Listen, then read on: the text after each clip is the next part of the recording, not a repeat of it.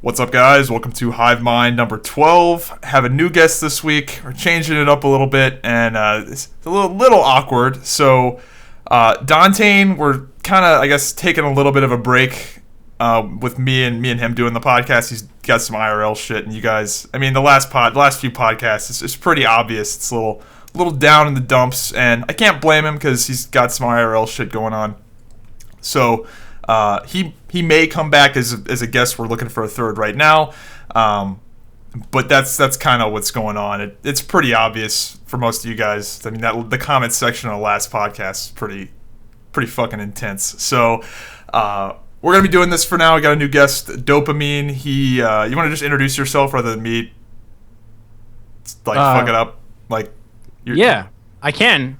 Sure. I guess the best way to do it. Have you seen that Keanu Reeves movie where everybody's good, but then they go away and then he comes in and he's quarterback and then he fills in for a while? You're the I think it's called The Replacements. Yeah. Oh, I haven't seen that. That's me. No. Oh, okay. I'm like the shitty washed up Keanu Reeves coming in to fucking make 50 cents an hour to fill in on the podcast. But yeah. Well, I'm dope. Dopamine. I've been around the podcasting world for a little bit. Play a lot of video games. Started tracking you actually back in the day of WildStar World.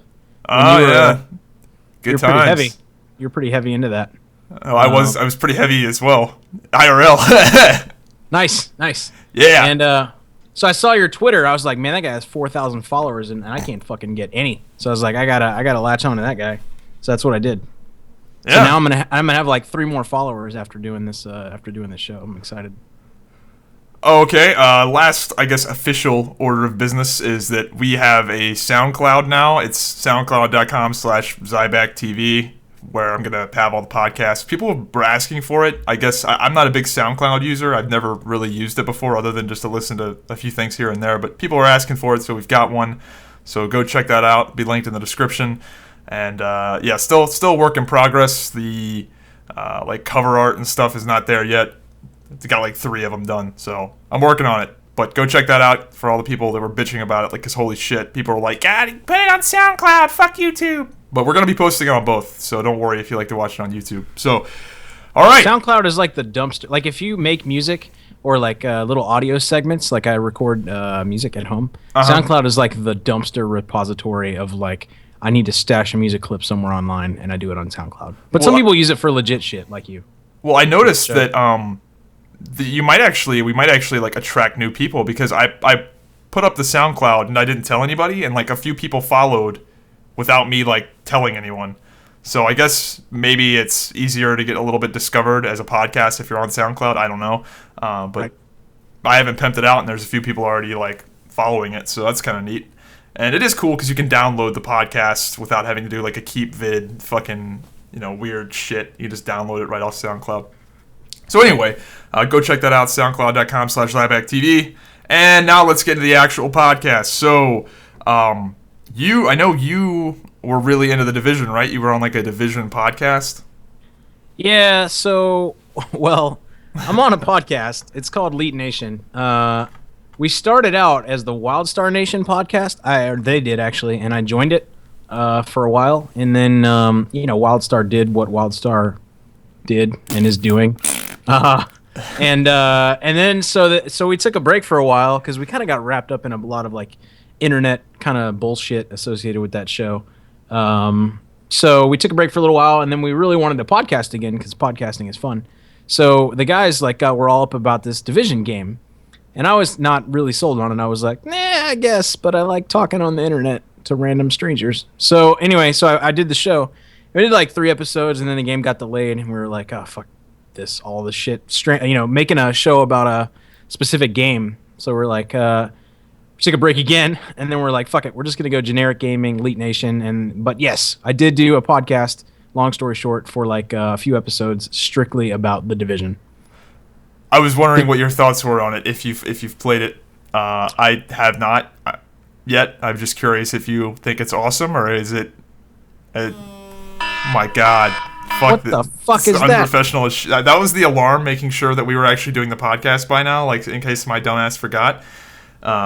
We didn't. You were really worried. You were really worried. I got like for everybody that know, they were like, man, I don't really know this guy. Fuck, I don't think he's gonna show up to this show. I got like 17 DMs. Like, you sure you're gonna be there even today? That's all right. No, that was me. No, for my like in case I got wrapped up in some shit and wasn't paying attention at the time. That was not for you. If that makes anyway. 7 p.m. Eastern time to hit the strip club kind of deal. Yeah, no, I've been playing this Paragon game that's in closed beta and it is very fun. I just didn't want to like get wrapped up in it and not realize the time. Wait a minute. Wait, this side point. We'll come back to the Division. So I found that game on I think it was a Facebook like push ad for Paragon. And I was like, what is this? I was like, this looks kind of like all right. I mean, I felt a little dirty because I'm like, am I really going to sign up for this shit off a Facebook push ad? Because then that's just going to validate that they work. And then I just don't really want to feed into that. But I did anyway. So I signed up for it. That's like a MOBA, right? Like a third-person Smitey-ish MOBA. I can't talk about it because there's still an NDA. Like, I'm just going to say in general terms, it's fucking sick. It's very fun. All right, so we're not going to talk about it then. Fuck it. We'll talk about it later. Okay, good. I'm glad I signed up then. But no, the Division. Yeah, I played both PS4 and PC, the Division. And I'll tell you, man, it's like have you played Gears of War for Xbox? Yes. So it's like Gears of War cover mechanics, but done way better. Like Gears of War. Oh, it's better than Gears? Well, hang on, calm down. The cover mechanics. I'm strictly talking about the cover mechanics. Gears has very solid cover mechanics. It's like better than that. They're so good that people do like wall bouncing and all that kind of shit. Like they're way better. That's way insane better than if they're Gears. actually better. Yeah, you can. I'll give you an example. Like if you take cover behind a truck, you just point your mouse or place or whatever over and you cursor over like another area, and you hit the cover thing. It'll auto sprint and like you duck behind the other cover, so you can like navigate a battlefield that way, and you can also hit. I'll just talk in PS4 terms. Circle to like parkour, like fucking leap over shit, or like climb up on trucks. Mantle it or whatever. Yeah. Yeah, so it's really good. Like the cover mechanics are done, I think, better than any game has ever done. Cover mechanics, like they're really, really good. The shooting is good. Things are a little spongy just because it's technically an RPG, so they don't want things to like fall over, especially in like group content. So there's like regular mobs and like elites, and then like bosses, like red, purple, orange in that order. So yeah, I mean, the beta was really, really limited. It was not really a beta; it was more of like a demo. And I've been checking out the internet feedback about the game, but so far, man, really positive feedback. I mean, have you heard anything? I have intentionally stayed away from it just because I feel like it's one of those games that's not going to have any longevity. That's my worry about that game. Is like it's going to be fun for like a few weeks, and then just you do everything and you're done. Yeah, I mean, I hope I'm wrong. I hope it's the shit, but I think like, did you play like H1Z1 and other like PvP focused-ish games? No, I had a feeling that's the game really is like that Dark Zone. Like that's really the game, and the other stuff is kind of like the single player. I think I've saw some videos. I think they're holding back like the big in game, like because I guess raiding is pretty much confirmed, kind of sorta. Or dungeons or some sort of PvE in game. They have said like the best loot will be dark zones, and there's really cool like I say really cool. I'm not a really big PvP guy for like. I know this is gonna be really sad because I know like your thing was like WoW PvP like back in the day and shit, and like Outstar PvP. I'm like the big Care Bear like PvE dude. Like I barely PvP. So like, But you back Crowfall. Crowfall? Aren't you like? I see you're like keeping up with that game a little bit. Yeah. I mean, well, let's talk about that later. I got some points to make for a game like that. But so anyway, there's some cool things with like I guess the problem, and when our show we were talking about like how H1Z1 had like problems with like I even forget the argument, so I won't hack it. But basically, there's this rogue mechanic. So like everybody in the dark zone is pretty much neutral as it stands. Yeah, I'm familiar with it. Where if like some okay. guy like is betraying people or just killing everybody, then he's like marked as a target for everyone. Right, and if you do that and you're rogue and you die, you lose like a shit ton of like currency, XP, all your loot. Like it's really like risk reward. Mm-hmm. So there are like some interesting ways to sort of game that. So I know some pretty hardcore PvP guys who think that game will pretty much, you'll either love or hate that part of it, and they think it'll do well in that environment. I'm a little like you. I'm concerned because when we played the Dark Zone stuff, it was a little like, not a lot to do, like it was either like shoot NPCs or shoot people. I mean, I guess that's what fucking PvP is, right? But I just hope that there's a little more to do in the Dark Zones and in the regular PvE game when it comes out. So I'm a little nervous about it. And actually, when we were going to go do the show, the Division Nation podcast, that was my thing. I said what you said. I was like, this game is going to be a fucking flash in the pan. Like I'm gonna play that shit for about a week, and then I'm gonna go to GameStop and get like $4 for it. So I was a little worried about it, but after playing the beta, it's a fun game, man. Especially if you have friends. Some people have friends. Friends. Yeah. If you have friends, it'll be a fun game, I think. So. All right. This is a very unorthodox like topic here, but let me link you this tweet. This is fucking next. I fucking love people that do this kind of shit just to piss people off. Like, just I'm gonna be quiet and get your reaction to that. Can I read it? Yeah. Trayvon Martin would have turned 21 today if he hadn't taken a man's head and beaten it on the pavement before being shot. Dude, the responses to that. Look at the like. I don't get it. Is that a joke? I don't get it. You don't get like how absurd like you don't get how like that would really piss people off for him saying that.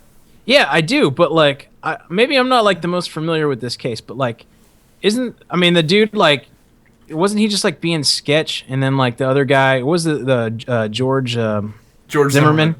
Right, wasn't he just being sketch and like Zimmerman shot him? Yeah, so like they're both like shitty people, but essentially the whole Trayvon Martin thing, they made him out to be an angel, but like in reality he was like a gangbanger and like just a horrible person. And like the media just never covered that, and this guy just straight up said this shit. Look at that gif of the slam dunk. That's nice. That's wow. I don't know. I love when people like intentionally stir the pot. Like, you look like the guy. I don't worry about that. I like this one. You look like the guy in every cuckold poor scene that watches his wife jerk off Lexington Steel with her butt. That's pretty good. Yeah, that's pretty good. Just like, I just love that when people like intentionally just piss people off like that with some like outrageous thing. See, well, when we did the Wild Star Nation show, actually, like our style was a little loose cannon. Like I make fucking stupid jokes all the time, but like we finally were trying to address people because like the big thing with them was they had some beta keys for WildStar, and one of the guys was like if you're a chick and you put our logo on like your ass, you tattoo it on your ass and send in a picture, we'll give you a beta key. And like the internet just lost its shit over that. And one guy was like, what if I put it on my dick? And then like they didn't see that, but that would be pretty good because I think if you put somebody's logo on your dick, you deserve a beta key too.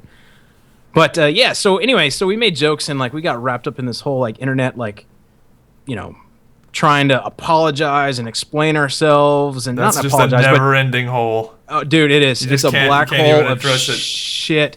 And finally, we were like, "Fuck it, we just need to come back, do a show." If we make any joke, I made a stupid joke on the last one. I actually misspoke. I was talking about SWTOR, and I was like, "You can color your ship, right? In the Galactic Starfighter." I don't know if you play SWTOR, but I was like, you can get a colored ship or a crew or whatever." And I was like, "Colored crew." I was like, "Well, you can do that if you want." And someone like jumped on the joke or whatever, and we got some shit for that too. So. Man, I like to make the jokes that I make, and that whole internet stuff, man, just sucks me in when people start getting all butthurt about it and shit. I'm imagining you probably get a lot of I was wondering flames, don't you? No, like I'm at the point. I'm at the point to where like I've had so much hate that like I'm at this point of like what's the word? What is that word? Fuck, I can't think of it. This is good podcast material here. Nirvana. I'm at the point of nirvana with like hate. Like I've gotten so much hate that it's like turned the other way. Like pretty much when you get you're not Swiftie, at the point of nirvana where you're gonna kill yourself, are you? No. Pretty much like I've just like had so much hate in the past that people like if I said some ridiculous shit right now, no one would get upset because the whole like through like the Swiftie band thing and just all the shit I've done and all the drama I've been involved in like the MMO space when MMOs used to be awesome. I think I'm just almost immune to it. Right. Yeah, I mean, yeah. I guess you could get that way one day. I literally compare my viewers to ISIS if they don't leave like the outro of my video is like, hey, leave a like or else or don't be like Chad. Chad watches videos and doesn't leave likes on them. He's also in ISIS. So leave a like on the video. It's like oh right. Yeah, so I can just do whatever at this point. It's pretty nice. Yeah. Well, I saw like I listened to your like past couple episodes, and you were like, my brand is so much better now that I don't give a shit about my brand. So yeah, pretty much. Yeah, that's cool. Like I said, I mean, I say the jokes that I think are funny, and I think some pretty fucked up shit is funny, and but I try not to like like that guy posting that shit about Trayvon, like. I don't intentionally go out of my way to be offensive. I just think if something's kind of funny, I make a joke about it. I just love that shit. I fucking love it when somebody does and just actually gives no fucks. Really? Yeah. I guess. I can see that. So, speaking of, like, your brand and all that kind of shit, does Blizzard consider you an influencer? Yes. Really? I got alpha access to Legion, yeah. Oh my god. You don't even do a fucking... Listen, this is why I hate Blizzard. Let me tell you... Well, I don't hate Blizzard, but let me tell you why I hate Blizzard. I'm not so much of an influencer that I got a fucking Overwatch beta fucking key, those faggots. But, I still have access to... I have access to an Overwatch account. I'm not gonna lie. Well, right. I mean, right. But... I did a fucking WoW podcast. My first podcast was called Set to Heroic, which actually became Run Back Rating. I don't know if you ever listened to it, but it was me, Brutal, and Sholdus from Static when we were Heroic, which was then like the top tier rating. And I was on the influencer list and all that shit, and I'm like, this is really cool. Like, fucking, yay, Blizzard. Fucking, I was big into WoW. And, man, they must have fucking just dropped me like a bad habit because I don't fucking get anything. I don't get any I pre-ordered Overwatch. I'm not fucking in it. I'm not in Alpha Legion, and all your viewers are going to be like, he's just crying because he's not in. Yeah, yes, I am. And I hate all of you that are in. But, yeah. Oh, that's good, man. Good for you. I'm glad you're an influencer. Do you still WoW PvP? Do you WoW PvP? No. You don't? No. You were like a feral druid, right? Wasn't that like your picture? Is it still your picture? It is part of my picture. So my picture is essentially like a multicolored cat, and it's a little nerdy as fuck. But the reason I made it like all the different colors is because it's like me branching out from the original thing. I thought it was you embracing the rainbow side of fag, yeah. right. It's a rainbow cat, rainbow pussy. I like my logo a lot. Like, right. I'm very happy with it. I know a lot of people don't like get it. They're like, why do you still have a fucking cat when you don't even play with it? WoW.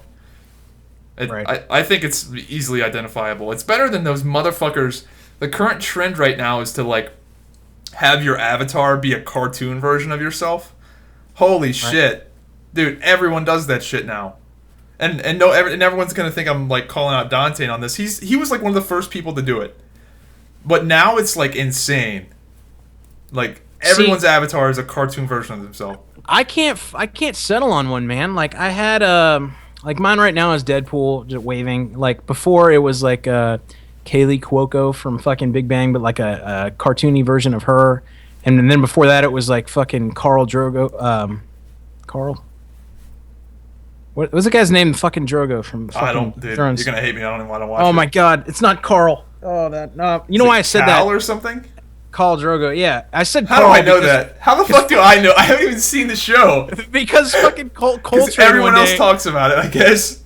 Coltrane from CTR one day was like, I like your avatar. Who's that, Carl Drogo? I'm like, no, that's fucking Carl Drogo's fucking Russian cousin, Carl. That's what I just called him. God damn it. He's rubbing off on me. Anyway, bless you, sir. Yeah. Bless you. So yeah, I like your little Zybak font too. That's very like fucking Steel Dragon 80s hair metal. Oh yeah, I like it. I'm very happy with my branding, and the thing is that if you have an avatar of like something you don't like, that Zybak logo is mine. Like, it individually identifies me. Whereas like if you have a Deadpool avatar, it's like that's fucking Deadpool. Yeah, whatever. Fuck you. Listen, what little thing are you gonna put for my face on the? I was actually wondering. I don't know. See, what I want to do. This is a good idea. So I'm gonna take your face, your picture. I'm gonna snap it, and then I'm gonna MS Paint like a sombrero with like this ridiculous mustache on it, and I want you to use that for me. Sure. Does that work? All right, good. That'll be good, man. It'll be good. Yeah. I was thinking about it too because I saw like Dante's thing, and then I saw my thing, and it's already sad enough that if people want to listen to me, they have to go to fucking SoundCloud.com/ZybakTV. But that's all right. I'll ride your brand, man. That's what I'll do. Well, the reason I did that is because all of my shit is Zybak TV, like Twitter.com/Zybak TV, YouTube.com/Zybak TV, SoundCloud. Right. It's all fucking same. That's right. Uniform, and fucking search results are a thing. See, talking about Twitter, I noticed you have 3,936 followers, and that is correct. I appreciate every single bot that follows me because every day I have 585 followers. I go to like 587, and then they get banned, and then I'm back down to 585, and I don't get any more. Yeah, I actually got a whole bunch of bot followers yesterday when I mentioned SoundCloud. Yes. Like when I said like, "Hey guys, got a new SoundCloud page," I got followed by like, "Buy SoundCloud views," and they would follow me. That's how they like get their free advertising. Is they have these like spam Twitter accounts. Right. So when you check to see who followed you, it's like, getmoresoundcloudviews.com. Right. So, see, that's what I need. I need more. I'm sure bots. you could abuse you could tweet out like certain phrases, and I think if you like participate in like the big like trending Twitter topics, like Twitter is dead or like whatever the fuck. What's one trending right now? Like rip Twitter. Yeah. That shit's dumb. You want to talk about that? What Twitter's doing? Are you familiar? Yeah. Yeah. So Twitter is they're doing, instead of showing every tweet that is tweeted, they're doing an algorithmic like highlight system like Facebook does. No, like, do you follow @Jack? No. So @Jack is basically the CEO of Twitter, and he came out and he was like, "Just kidding. I don't know why everyone's saying that. We're not actually doing that." So well, then how did the rumor start? I don't know, man. Fucking, it's the internet. How does anything start? Actually, Rip Twitter is the number 2 or 1.17 million tweets. But go to @Jack, dude. @Jack is trying to dispel the rumors. You're trying to talk shit about his app, and I like Twitter a lot. That's why I didn't want to see it like go to shit. Twitter, like, yeah. Let's see, @Jack. @Jack, man. So speaking of, while you look that up, do you know that @Jack, the CEO of Twitter, has 3.4 million followers? While you'd think that would be impressive, Kim Kardashian has 10 times more followers than the CEO of Twitter, which is really sad. Yeah. Because it's like your thing. Like, what if you had a thing and then like somebody else? Did he found thing, it? Or is he just the CEO right now? I don't know. I don't know that, dude. I'm not fucking Dante. Like, I don't know shit about things, right? Like, if your viewers want to know about like YouTube, you fucking follow this guy. I figured you maybe know. I only follow him because I fucking saw that tweet retweeted like by a bunch of people, and then I decided to follow him. Oh, okay. Speaking of savage Twitter people, did you see what Sonic the Hedgehog did to YouTube gaming? No. So go to hang on. Let me link this to you. This is pretty good. Yep. So basically, YouTube gaming. I guess they were trying to be funny or something, but they're like rip Sonic Hedgehog, and it has this video if video game weapons actually worked, and it shows like this boss like cutting Sonic in half. So fucking Sonic's Twitter came out and they were like rip YouTube gaming and posted. That's fucking amazing. The Twitch I love when people do that shit. Yeah, it's really good. It's really good. Yeah, So, I like people that are creative on like that have like creative people running their brands Twitter. It's cool. Like I've tweeted out one time like I ordered something from Jimmy John's, and the shit like Jimmy John's, I don't know what the deal is, but they like actually like or like truth in advertising is like real with them. Like, I don't know. Have you had this experience with Jimmy John's where like the sandwich really does get there in like 3 fucking minutes, and you're like, how is this even possible? But anyway, yeah. I ordered 3 sandwiches and it got there in like 6 minutes. Like from like the time I hung up the phone to the time I had the sandwiches in my hand, it was like 6 minutes. You ate 3 fucking sandwiches? No, it was not. It was not for me. It was not all for me. Oh, okay. I wish it was. I could eat 3 sandwiches. I like Jimmy John's service. I just wish they had hot sandwiches. Like, if I want to order fucking food, I want it to be hot, delicious food that I couldn't just fucking take a pack of fucking Oscar Mayers and make out of my goddamn refrigerator with us. I think that's part of the... I think there's a reason why they don't offer a lot of variety, though, is because they do it so quick. Like, that's their whole shtick, is, like, it being really fast. Right. But, yeah, I mean, I guess... I don't know. You think they could toast them, though? I could serve up a fucking turd in like 2 seconds, but I don't think a lot of people want that either. I don't know. I mean, maybe like, hey, it won't be there so fast, but you can order a hot, delicious sandwich. Speaking of hot, delicious sandwiches, the best sale place. Do you have a Jersey Mike's near you? No. I live in a small town. I do not have that shit. Good.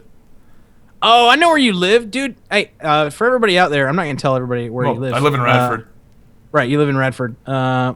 But I don't mean the specific house. It's not like you know. I fucking don't even know my own address most of the time. Like, I have to think about it. I'm like, oh yeah, I live here now. That's right. Yep.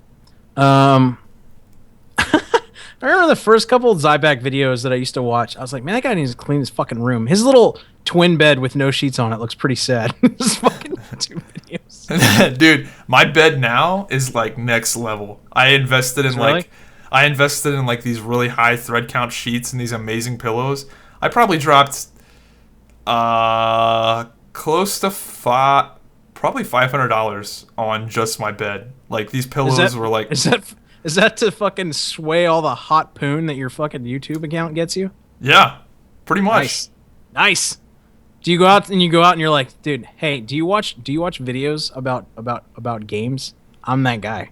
And then the chicks are like, well, what's funny? Oh my God. What's funny is I went to this Epic Games event last weekend because I'm fucking eFamous, and they put me up in a hotel and shit because I'm like the shit. Yeah. What game was it for? Paragon. Oh, the game that you're not officially allowed to talk about? Yeah, I'm allowed to talk about the event. But anyway, okay. I go to this event and I expect no one to know me because it's a MOBA thing, and like I'm not a MOBA guy. Like, I'm not known for that. I come from the MMO space, and like so many people fucking knew me. They're like, I know that voice. And I'm like, did you watch like WoW PvP videos back in like 2010? They're like, oh my God, it's you! You're the Feral Druid guy. Nice. Yeah, a bunch of people fucking... They didn't know me, but they knew my voice. I guess from those like commentaries from way back then.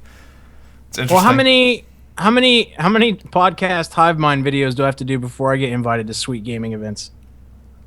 I don't know. Ton. You're supposed to answer that. Okay, you don't know. Okay, that's really sad. Actually, I think for the division, if we would have kept doing like the podcast, like apparently they flew a bunch of people out to like fucking Sweden for like a thing, which would be pretty cool.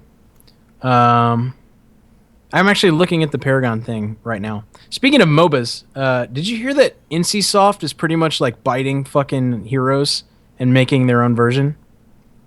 No, I know that there's a Wildstar character in that new MOBA they're making though. They've got like Mondo Zax, the Chua leader or whatever.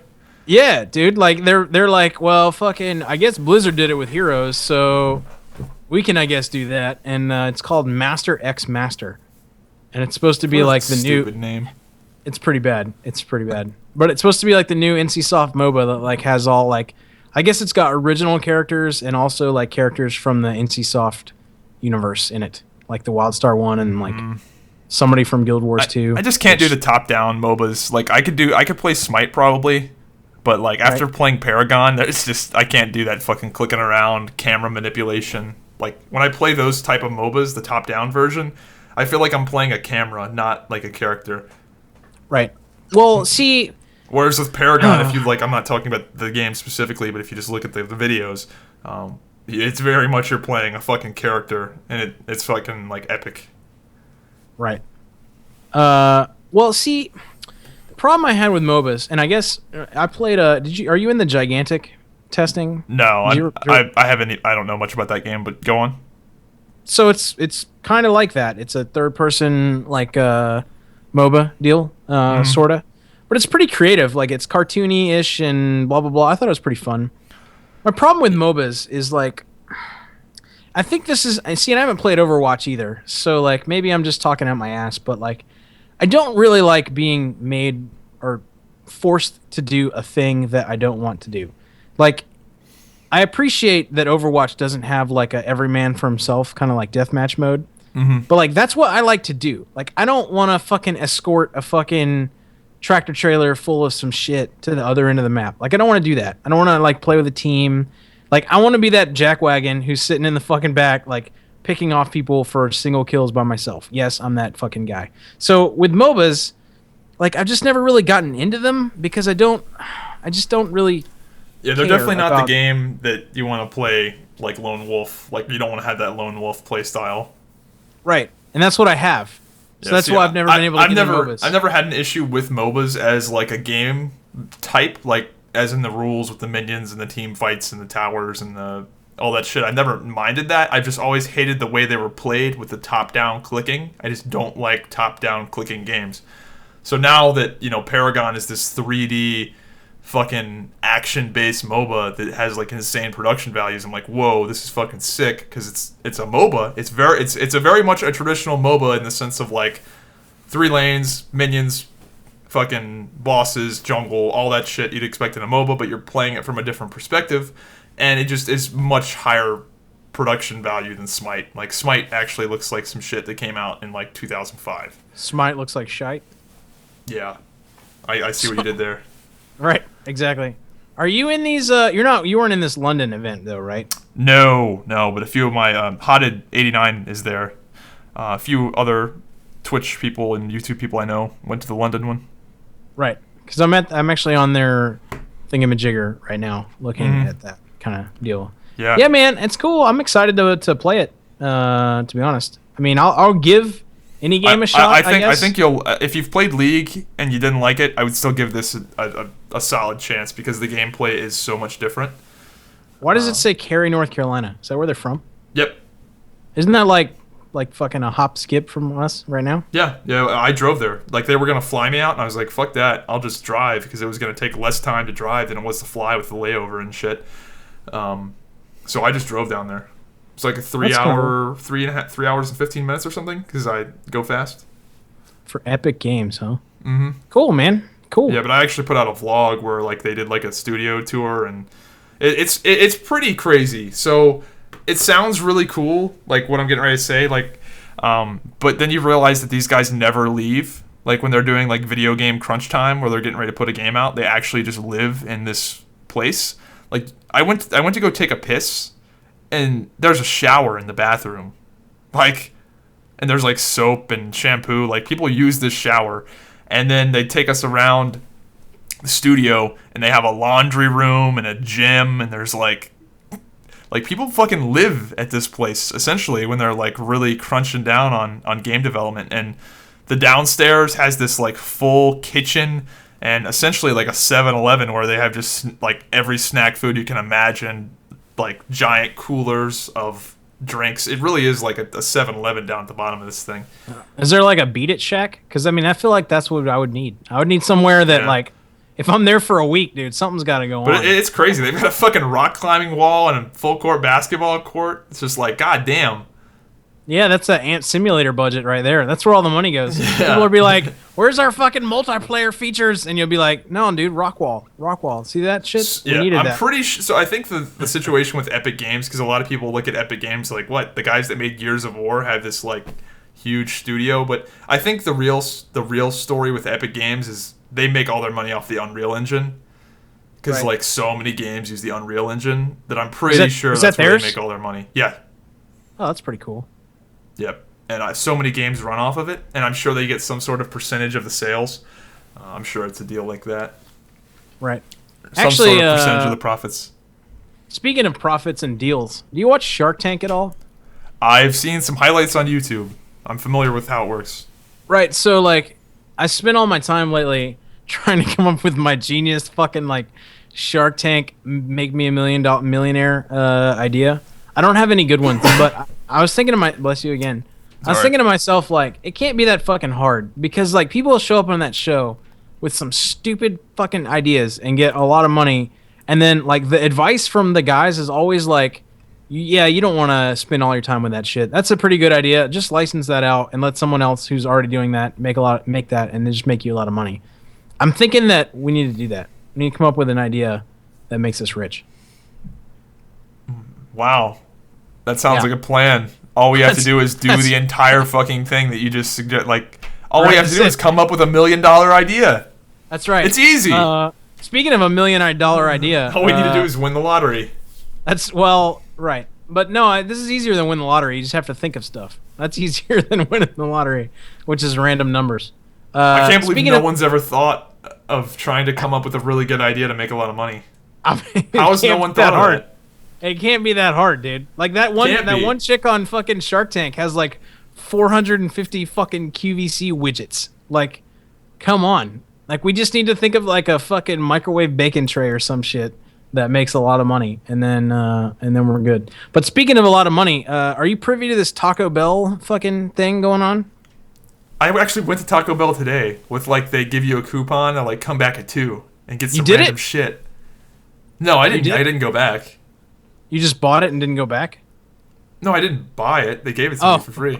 I got my like usual fucking 5 tacos, and then they gave me this coupon thing to like come back at 2 and we'll give you some random shit. I was like, all right. And I just didn't go back. Nice. That's pretty. I guess they like were I've never seen a pre-sale for fucking tacos, but they had a pre-sale for like their new genius idea.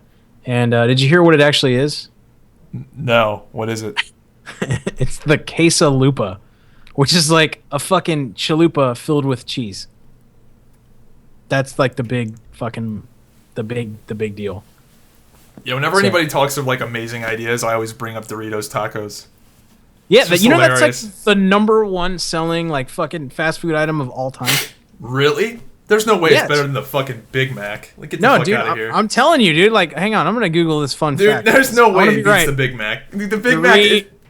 Doritos taco biggest item ever. Google. Enter. It's like such an absurd thing that like it just rolls off your tongue. Like whenever people talk about like the greatest inventions, like the greatest things man's ever achieved, it's like the Wright brothers and the invention of the airplane, the internet, and Dorito tacos. I guess it's Taco Bell's most popular item ever. That would make a lot more sense. There's no way it's bigger than the Big Mac. Like, yeah, I guess not. Yeah, it's not a little too good to be true. I guess. Anyway, so you want to talk about Crowfall now? Because you're backing it, right? Do we have to? No, I'm just kidding. No, you said you're a PvE Care Bear, but yet you're backing a PvP. Yeah, but see, all right, so like, I guess I saw like MMORPG.com, I guess, posted some shit about like, you know, the new breed of MMOs. That's kind of why they think there's like a dead space, because like they think the WoW clones are like over. The era of the WoW clones is over. Yep. Although I don't know if you agree with that statement, but although I do for the most part, yeah. I would say EQ Next is probably going to be a WoW clone whenever it comes out, and only because it's vaporware. And only because it's been delayed for so long that either they're going to just make a new game from scratch and say fuck it, or it's going to be like so like fucking lagged. It's going to be like a time capsule of MMO. Like it's going to come out and everyone's like, it's going to be like Duke Nukem Forever. Right, exactly. Yeah. So that might be the last one, but I guess so I do think that's true. I think the WoW clone is for the most part dead. But you know what we're seeing is like PvP is like becoming a bigger deal, like with the focus of MMOs. Like, and I don't really know why. It's much easier to develop. It's a lot less content. The thing with developing a PvE MMO is that you have to make so much shit. You have to make so many art assets to have like a questing. Like MMOs spend like 80% of their budget on just the questing experience. Right. Like, that's dumb, and that's, like, not even a thing that people really care about. They're like, oh, the game starts at 50, but not really when they're developing it. Right. Yeah, I guess that's true. Crowfall, and then I guess we can talk about that. But before we talk about that, the game coming out next month, Black Desert. Have you played it? No. Really? I No know interest? I hope it's good. That's, like, my default answer, but I just don't think it's going to be a big thing. The combat is pretty fucking fun, dude. Like, are you a melee guy or you're a melee guy though, right? Melee, for the most part, yeah. Okay. When Black Desert comes out, give Berserker a shot. Probably the most fun I've had hitting things with axes in a video game ever. Like the reason I say that rating and all that kind of shit. No, not really. It's all like it's a sandbox, so there's shit to do. But like the end game is like guild versus guild wars. So like guilds will occupy a town and like siege each other, and there's like big epic battles or whatever, and you fight for like control of resources and control of like auction house taxes and all kinds of shit. So it's like guild versus guild is kind of like the end game in that. There's world bosses and shit, but I just feel like Crowfall is going to do all that shit so much better than all these other games. Yeah, right. But my last point is that the combat is combo-y. So like it's like clicky, like you know, like left click is like your main attack or whatever. But if you like shift left click, you do a different thing. If you like up and left click, you do a different thing. Back does a different thing. So it plays like kind of like a fighting game with telegraphed combat. Like it's kind of really hard to explain. But then the way they did it is they made it really impactful. So like the base, like when you slam your axe into the ground, I've seen like, the gameplay of it. It does look pretty intense. Yeah, it's fun. It's fun. Speaking of now, since Crowfall, since you know that you want me to talk about that, I'm gonna go back. I'm gonna go way back to when I was like, "Hey Zybak, have you ever heard of this Crowfall game?" And you're like, that sounds like a really good idea. Wait, were you the one? Were you the one that actually like pitched it to me originally, way back in like April or no? It was like way back in almost like February of last year. I was, and you're like, that sounds like something that'd probably fuck that up. And you're like, I don't think so. And then I'm like, all right. I don't think that was wrong, like to think that way, because they hadn't released that much in detail about the game. Like that was before they even had a Kickstarter. Right, and then I was like, I went on with my life, and you went on with your life, and then all of a sudden one day I'm like, the fuck? Like Zybak's all into this fucking Crowfall game. Like what the fuck happened? I guess they sold him. I guess they fucking converted him. Yeah.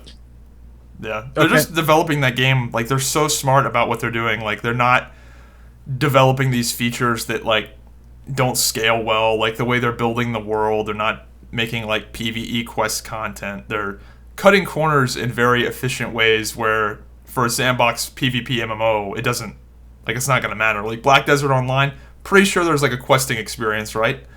There's like the traditional PvE experience. Right. Whereas Crowfall is just focusing on the PvP. Like there is no leveling, there is no questing. There's a skill progression system, but it's like Eve, where it's just a passive thing, and you go, I want to train this skill, and it just trains over time. Right. Yeah, so I think Crowfall is a really cool... The reason I backed it was because I like to try a lot of games, and I'm pretty open-minded. Like, I don't look at a game, and I'm like, that'll fucking suck, I'm never going to try that. I've tried pretty much everything, and another thing is, like, I don't like to talk about a game, really, if I feel like I'm talking out of my ass. So like, you know, I want to give it a shot, and I think that the idea that they have about a destructive world that goes on for a long time and can actually progress in a meaningful way is pretty fucking revolutionary for online like multiplayer MMO. You know what I mean? It's just the way they're structured, like almost everything, every design. I know it sounds like I'm really circle jerking the game, and I am. But, like, every design decision they've made so far is, like, brilliant. Like, the campaigns, like, they can be really crazy with the shit that they allow people to do when it comes to destroying the worlds. Because the game worlds end, you know? You go into a campaign, 3 months later, that campaign is destroyed, whoever wins, and you go on to a completely fucking brand new world where, you know, it's like a whole fresh start every few months. I still think, though, that could be either the next big thing in gaming, or it could be the next big idea that just wasn't executed right. You know what I mean? Or the studio I think I mean fucked it's it up. definitely not having a persistent world that's always there in an MMO is a little bit risky, but I think for a PvP only MMO, I think it's going to lead to a lot of awesome shit, and it's going to make the game have so much more replayability. And it's because you're going to go into a brand new world every few months. Yeah, you're going to build huge sandcastles and fucking kick them down. I think having the persistent character though solves that problem. Yep. There's persistent. You do have a persistent character if anyone's worried about that. That I do wish that more games would do, and this game had this idea, and they just fucked up the execution of it so bad that maybe it's not a good idea. But I have this problem now because I've done everything there is to do in WoW, right? Like I've raided on damn near every class and spec. Right, so there's not like a new thing I can learn in WoW. I have all the characters max level, like both factions, a ton of gold. Like I pretty much maxed that game out, except for PvP, which I think I just got like step into the arena like fucking a year ago or some shit when I got carried for transmog gear. Don't judge me. Anyway, so I did this in WildStar. I do this in every game. I like to play a lot of classes, like. When I played Black Desert, I have nothing invested in that game. I have like 3 characters, right? Like Diablo, same thing. WoW, all the classes. WildStar, all the classes. Skyforge. That's a game, right? Yeah. Not Skyfall. Skyforge. Skyfall, I'm pretty sure, is like a Bond movie. Yeah. Did this thing where like you're one class, but you can kind of like switch classes like on the fly. Yep, I'm familiar. Which is cool in theory, but the way they fucked it up was that they made like all of the classes except for 3, like or if you buy into them, locked behind this retarded grind progression tree. So like if I wanted to be a monk in fucking Skyforge, congrats, bro. You've got like fucking 2 weeks of grinding this fucking stupid bullshit currency system to progress your account all the way until you unlock monk. Which I am not gonna fucking do. Like, you're a new MMO, you have about fucking 45 seconds to show me that your game doesn't suck balls before I fucking log out and never play it again.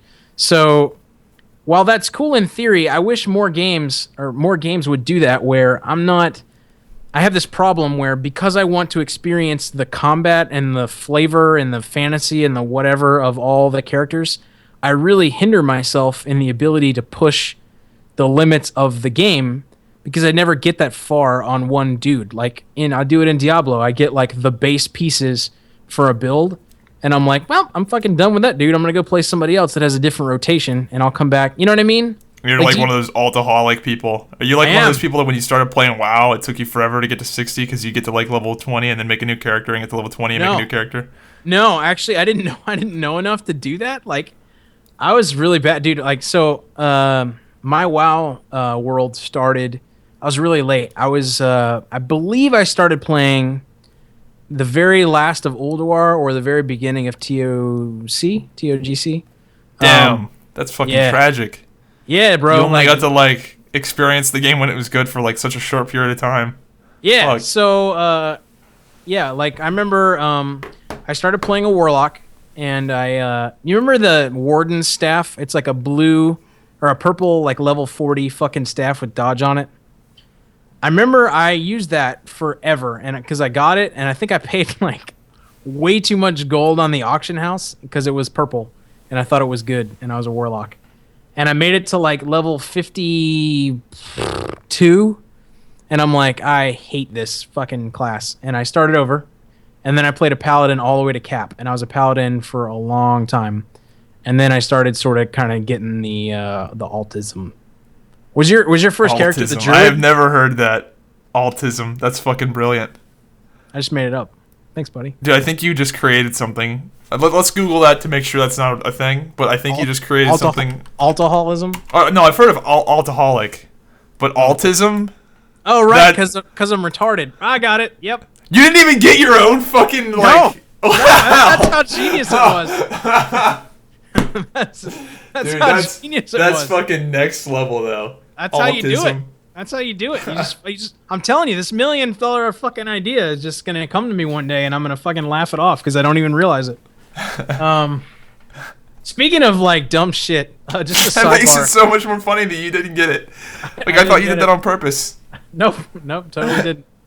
This fucking I think you just created something. I think you just created a term. Look at that fucking tweet or the thing I just sent you. Mm-hmm. So apparently, I don't know if you saw. 1 second. The link it's like a white page. Oh, let's put a HTTP in front of that.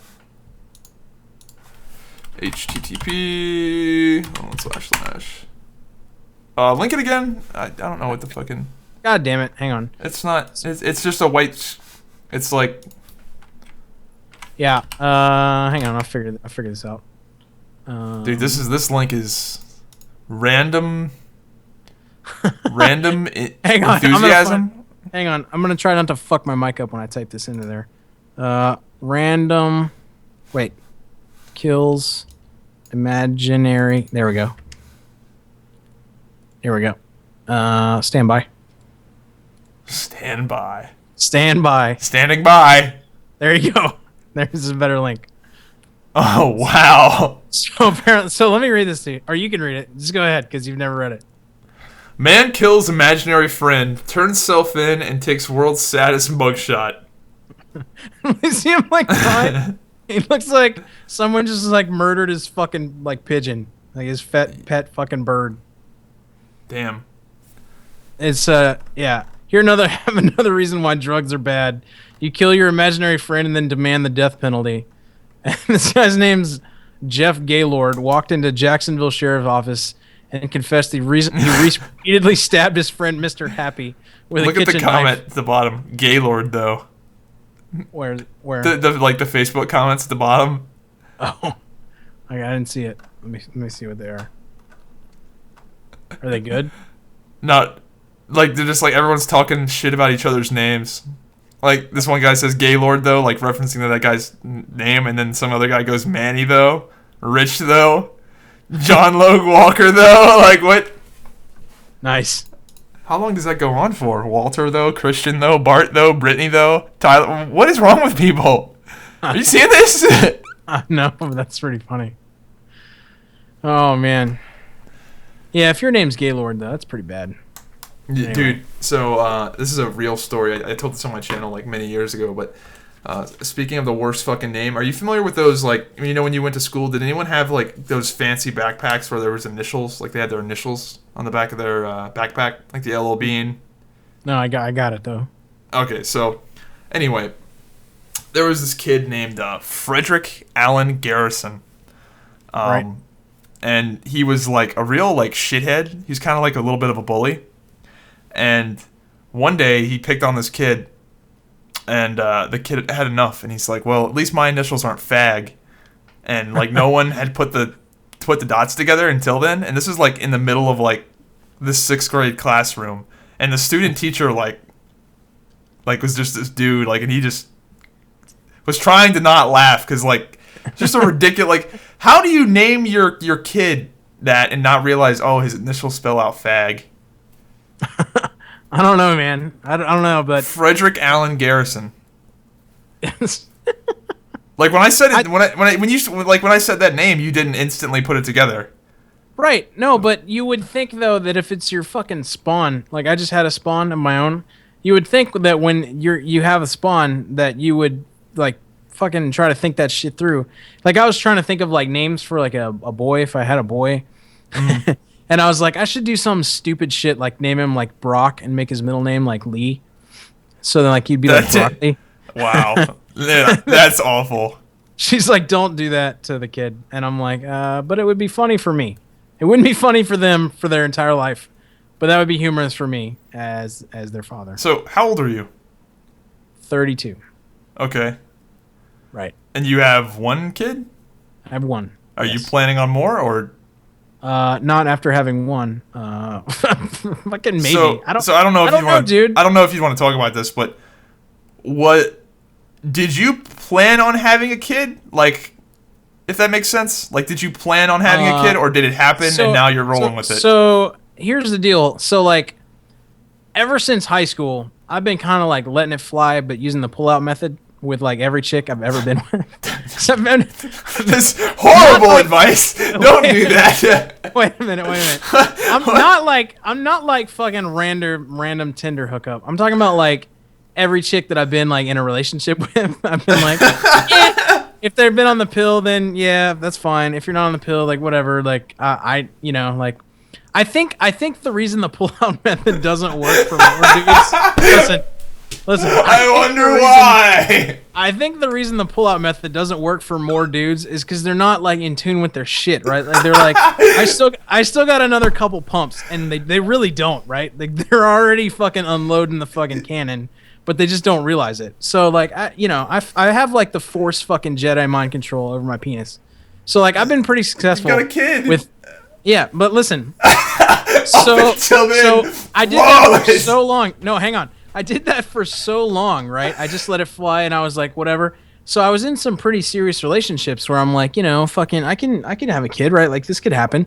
I was dating. Anyway, I don't know if my wife's around, so I'm not gonna tell that story. But anyway, yeah. So like I had done that for so. I was worried. I'm like, well, maybe I fucking can't have kids because I was with her, right? My wife currently.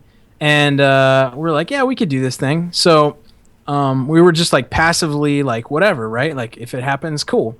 And it wasn't fucking happening. And I'm like, maybe I just can't have kids. Maybe I'm not the king of the pull-out method. And maybe like my fucking shit doesn't work.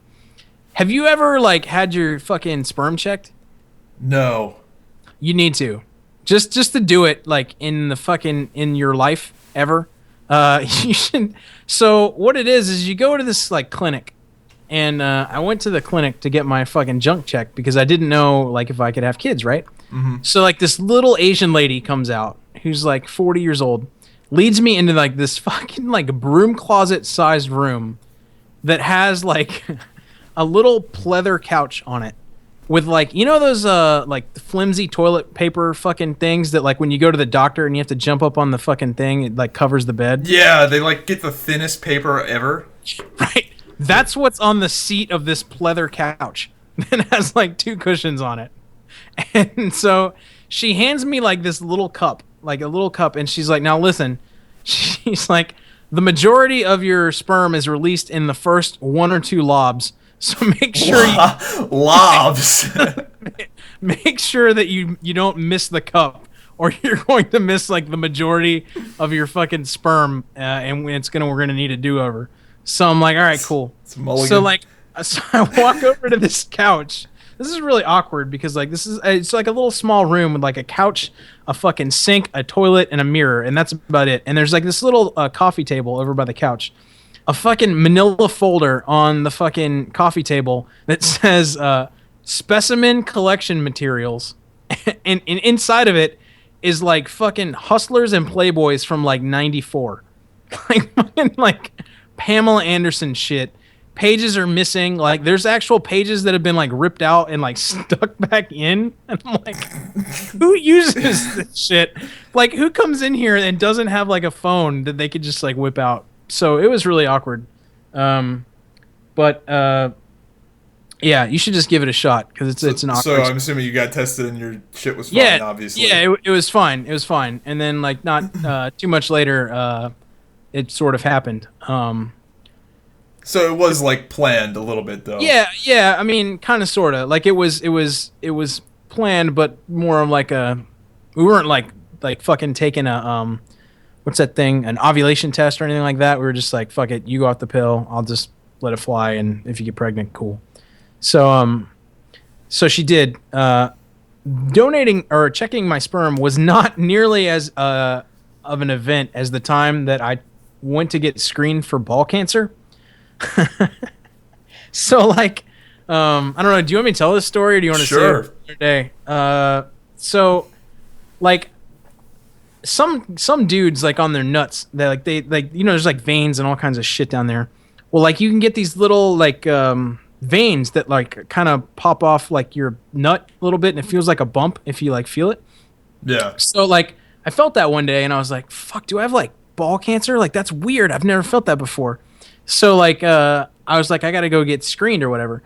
So I go in there, and this doctor, She's like a nurse practitioner. She's like in her like a young she's like late 30s or whatever. Hot as shit. She was like, so how did you discover this? Did you discover these nodules during like your testicular shower self-examinations?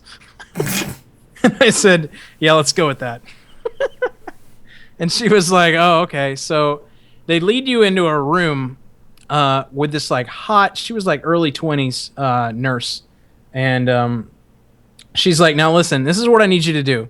She's like, I need you to, I'm going to go outside. And when I come back in, she's like, I need you to disrobe and put on this thing so that when I come back in, the only thing I can see is your testicles. What? Yes.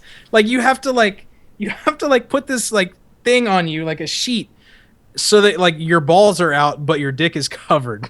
It's fucking Jesus. Really weird, dude. It's like a little hole. Anyway, and she's hot, dude. She comes in, takes like this fucking like cream gel shit for like the fucking sonogram thing or whatever, and just starts like it's like a degree fucking right guard deodorant stick of gel. Starts rubbing it all over my balls, like, and it's hot.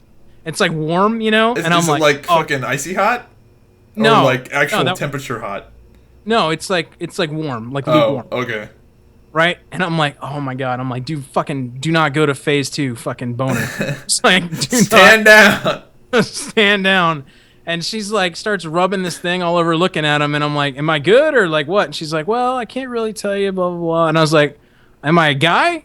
And she's like, I think so. And I'm like, so I do have 2 testicles. And she's like, yes, you do. I'm like, oh my god, thank God. And yeah, that was kind of weird too, man. I recommend anything you can do with a doctor with your balls, except having them snipped, is a pretty awkward time. And I imagine having them snipped is an awkward time too. So, dude, I've been thinking about that. Getting snipped, really? Yeah, I'm like I'm pretty goddamn sure I don't want kids. That's kind of why I brought it up. After having one, she's 3 months old, like 2 days ago. I'm pretty sure you're right. Don't fucking do it. Wow. Like, I love her, dude. Like, don't get me wrong. I wasn't expecting that. I thought you were gonna say something that's funny. No, you'll ruin it. Yeah, you ruin it. Your whole life. Like, what do you do? Name one thing you enjoy. So my favorite things in life are sleeping, disposable income, and free time. That's all gone. All yeah, of it. That's what that. Those are like. I'm very aware that those are my favorite things. So when I come home now, like, I try to play like video games and shit. You'll be like playing a game, and then she'll be like fucking. And you're like, oh my fuck, really? Like, I just fucking fed you. I know you didn't shit yourself. Maybe you did, but I don't think you did. You know what I mean? Like, and they just want to be held, dude. And like, so now I'm not like a big stream watcher. Like, I don't really like. I mean, I get the whole streamer craze, right? Like, you watch people. Yeah, I'm the same way. I'm not a huge stream watcher either. I'll go in temporary for like up to 15 minutes, and that's normally the most I do. Right, but now, like, that's all I fucking do is I come home on my PS4 and I load up a stream of a game I want because I can't fucking play it because I have to take care of her. So, I mean, I'll say that I'm really happy. I was in a good place in my life, like, to have a kid, right? Like, I got a house, I got a wife, I got money, like, whatever. And it's great, right? It'll be really good, like, forever. But I was kind of worried about it, like, some personal, like, disclosure shit. Like, when she was first born, I was like, I was thinking to myself, because you hear about, like, people are like, oh, my God, I love my kids so much. They're the best thing. And that's true, right? But, like, when she was first born, I was like, man, that is fucking weird. Like, that little human thing right there rocketed out of my ball sack at, like, 1,000,000 miles an hour and is now alive. Yeah. And I was like, I'm not really that attached to her. That's like, really common, by the way. Yeah, that's really common. But it freaked me out, dude. I wasn't expecting it. I was like, I don't know, man. They say I don't know. Has it shifted? Are you like more attached now? It's shifted a lot more. It's not. Yeah. Well, they say that like once they start like walking and talking and like she's 3 months, she's essentially like a fucking, or is it she or he or yeah, it's a she. And it started to when she like would actually look at me. Yeah. For a while, like you'd hold her. And I mean, right now she's a fucking blob, like. A non-interactive blob, other than like shitting and like crying. No, 3 month mark, they start to like laugh and like, not laugh, but like smile and like look at you and shit and kind of more interact with you more. And it's like helped a lot. So like it's getting there. But dude, like all that like love shit aside, like fucking wrecked my former life, which used to be like doing whatever I wanted to do. Which I guess, I mean, everybody has to do eventually if you want, kids and shit. But so it is a trade-off, man. I'll say that. Yeah. So the thing is, I'm really young, so I just turned 23. But like, the older I get, the more I fucking don't want kids. Yeah, but like, see, I never really wanted them, but like every fucking year, it's like I definitely don't want them now. Right. What you need to do is you need to just go on like, do you have a girlfriend or a wife or something? No. Or like a hooker that you frequent?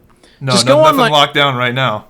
Right. Just like go on a Tinder date or something, and just find like a pharmacist is a good one because they make a lot of money.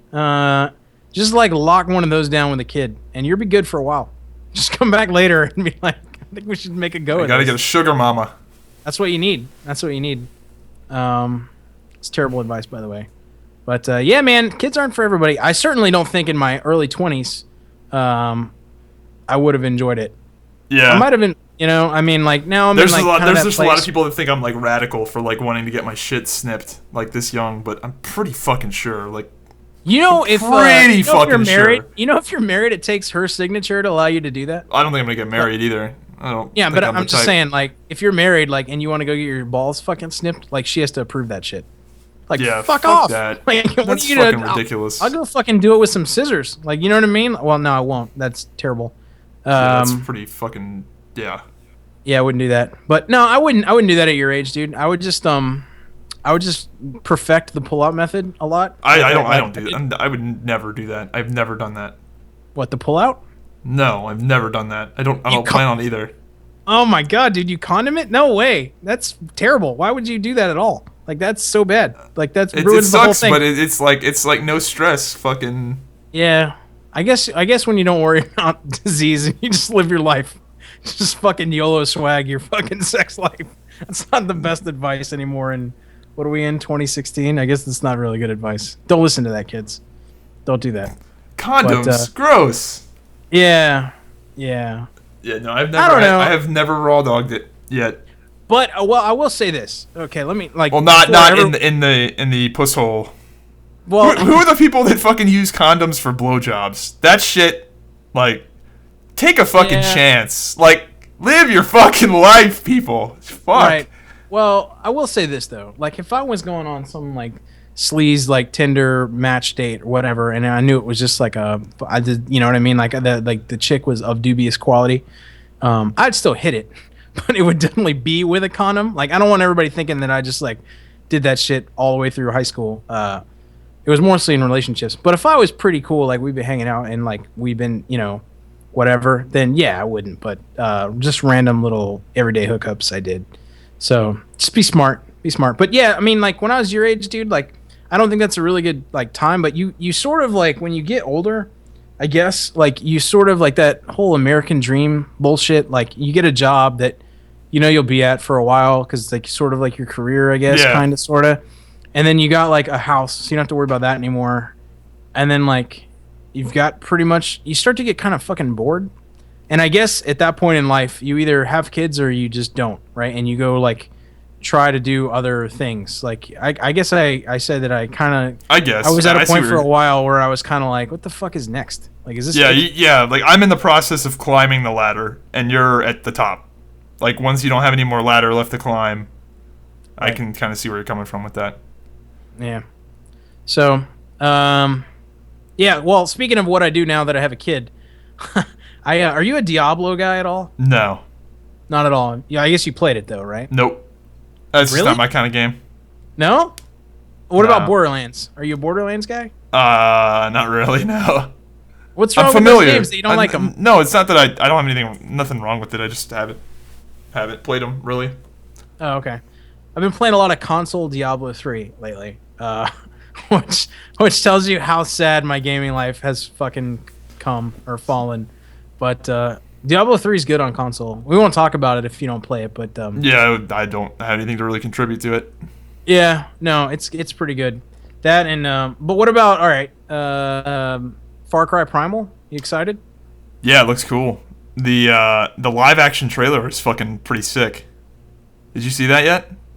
Live action means like they filmed a fucking Yeah, like actors and fucking. It's just really clever. So essentially, what it is the trailer starts off and it's like futuristic, like Black Ops 3 style, like they're in mech suits and like, and it goes back in time, like so they're like going and they're running around with these futuristic guns, and then the scene changes and they're in the fucking like World War II, and then it changes again and they're in the Civil War, and it changes again. And this guy's like, throughout this whole thing, he's like, what the fuck is going on? Because like he has like this insanely advanced gun, and then like a second later he's got a World War II gun, then a second later he's got a fucking crossbow, and then a second later he's got a fucking tiger tooth, and there's like a saber-toothed tiger chasing him.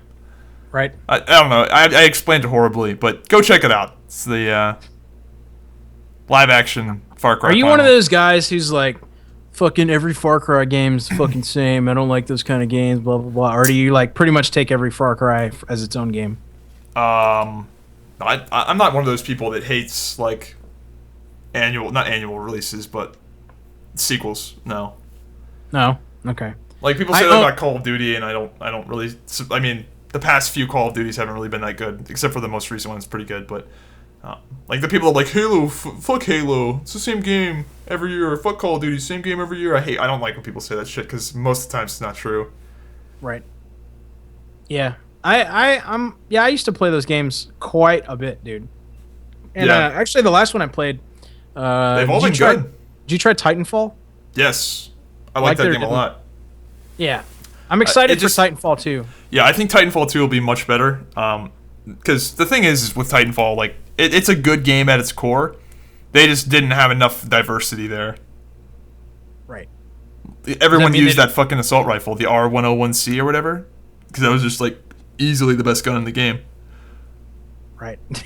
I posted a video a long time ago. It's like Dopamine's girlfriend plays Titanfall, and she just ran around the map. She's so bad at video games. Like, she plays WoW some, but you know, she tries whatever. Mm-hmm. She was just like running around the map, like randomly fragging, like melee kicking, like, you know, whatever. She was on like a fucking like crazy kill streak. Like, people thought she was probably like some hacker fucking ninja running around like kicking. She would throw a frag like out in the middle of fucking nowhere, dude. Like, you know, because that's what you do when you hit buttons. Mm-hmm. Some dude would go like running past and just fucking blow him to hell. And like, she didn't take him like a mech the whole time. It was a pretty good time. Dude, I was insanely good at Titanfall. Like, really? Insanely good. I had a game where you know how on attrition how they score it. I had a game where I went 146-0. Seriously? Yeah, I was a beast at fucking Titanfall. That game was just one of those games that clicked with me. See, speaking of clicking, problem I have is like I don't really like playing shooters with keyboard and mouse. Like, I'm a big MMO guy, right? Like I play all MMOs. I like keyboard and mouse. For shooters, I fully recognize that the accuracy and you know, the badassery that you can achieve with a keyboard and mouse is worlds beyond a controller with the sticks. But I just like the way a controller feels with shooters, because that's how I started playing like Call of Duty, like back in the day. What was the COD 4? Modern Warfare was like my first one, and that I got into seriously, and I just developed that feel. And so I tried to do that on PC, and you just get fucking annihilated. Like, Call you can't Duty, even. Yeah. Go on. You know? No, I'm just saying you can't even do it. Like, you know what I mean? Because people are so with keyboard and mouse are just so much faster and so much more accurate that you're just at a complete. Unless you don't give a shit about your, you know, kill to death ratio at all, you know, or like, you know, being decent. You're such a disadvantage. So I like Call of Duty on console more, but that's like the rare exception. For the most part, I like playing games on PC more. The thing with Call of Duty is that the time to kill is so low that I feel like on PC with everyone having as good of aim as they do, it's just too fast. Like, you just get melted constantly, and I feel like the game plays better on console just because there is a little bit less. You know, I think more inaccuracy makes the game play better. Right. Division was kind of like that. Division, though, the shooting in the Division, the guns walk a lot, So I guess that's part of it is like how much recoil you have, and you can mod your guns and all that kind of shit. But the PS4 played pretty good too. But I guess what I'm saying is the inaccuracy is definitely there in a game like that as well. I think my favorite kind of game recently has been like, are you a fan of the Fallout series? I don't play it, but I'm a fan of it in the sense that I know they're good games. I like games that you can either choose to be like balls to the wall action, or you can choose to be like dicking off, like modding your weapons and doing shit like that. Yeah, like some people play Fallout as melee only. Right. Yeah, I mean, like I'm not that kind of crazy, but I mean, like part of Fallout is just like you go back, you spend a lot of time like salvaging your bullshit, like making fucking weapon mods and like doing random things that aren't shooting. I tend to grow tired of games that are all go all the time.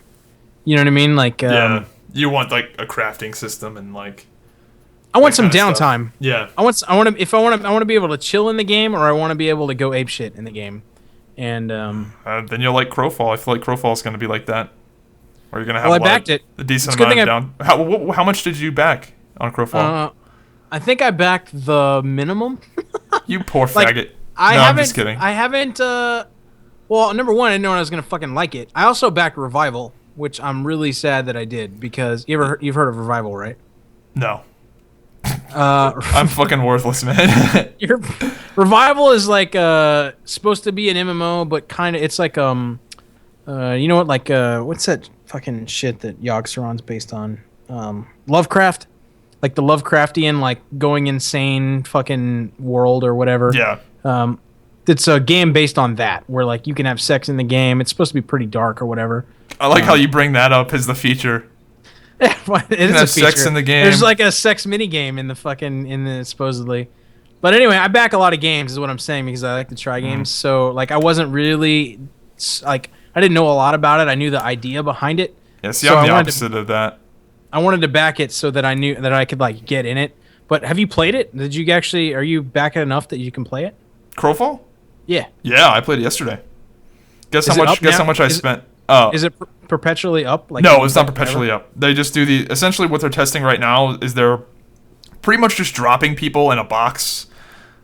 Essentially, it's a little more than that, obviously, but they're essentially just dropping people in teams and saying go kill each other, because they're testing the combat and the server and like the client controller. They're just testing like a bunch of different stuff, but they just need us to go and kill each other. So that's what we've been doing for a while.